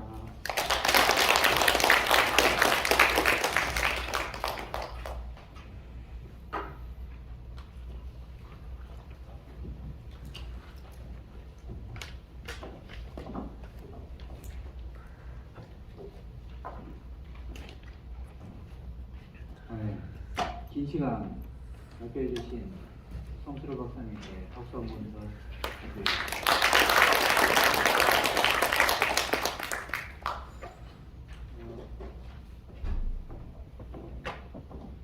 다음은 한시 낭송인데요. 김민선님이 안 오셔가지고 우리 성수 선생님이 진행을 좀 해주시죠. 그 시간 제가 너무 많이 보시는데 뒤에 보면 한시 함작품 실려 있죠. 우리 하시는 중에 전쟁에 관련해서 전쟁에 참석한 가장 잘 적어가지고 많이 알려져 있는 한시 원래 그 비디스님이 하시게 되는데 그 코로나 검사한다고 빠져서 안 하는 게 맞거든요. 그래서 이제 좀 외울 필요 없이 읽으면 되잖아요. 그래서 제가 이게 계신 분 중에 오늘 제일 수고하시는 우리 총무부장님하고 읽었으면 좋겠는데 시간이 너무 길어졌을 때 제가 쉬었다가 나중에 시작할 적에 한번 읽고 그 다음에 이제 이선주 쌤하고 공연을 보고 제가 제 토론하고 공연 보면 되지 않습니까? 너무 길어졌기 때문에 여기까지 들으면 한번 지금 알아요. 그럼 좀 20분 휴식을 하고 5시에 2부 행사를 시작하도록 하겠습니다.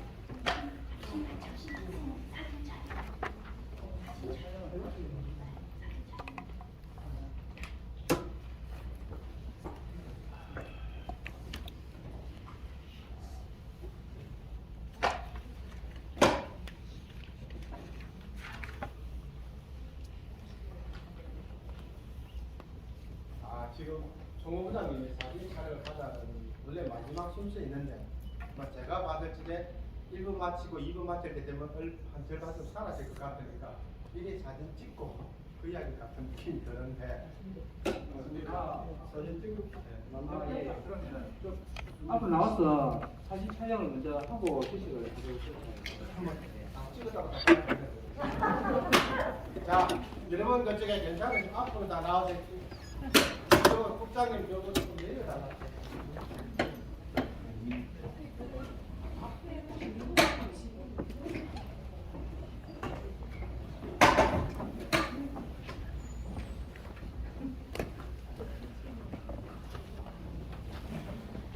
자, 다 오셔서 사진, 인증 사진 한 장 찍고, 그 다음에 20분간 휴식하고 난 뒤에 다시 보면 됩니다.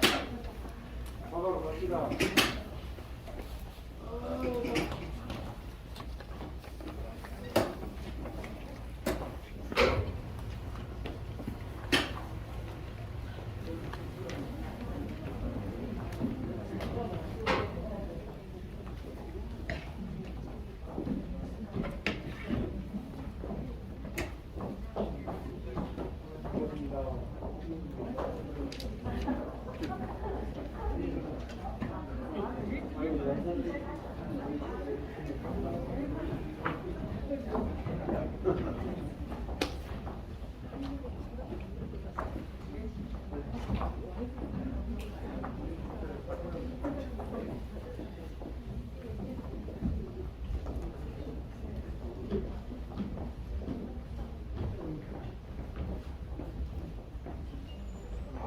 나오시고 제가 앞으로 같이 찍으시죠.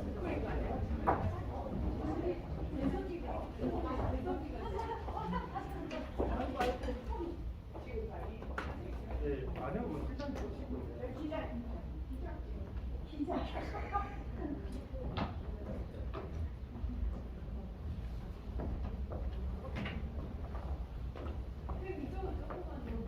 아, 노래 좀 네.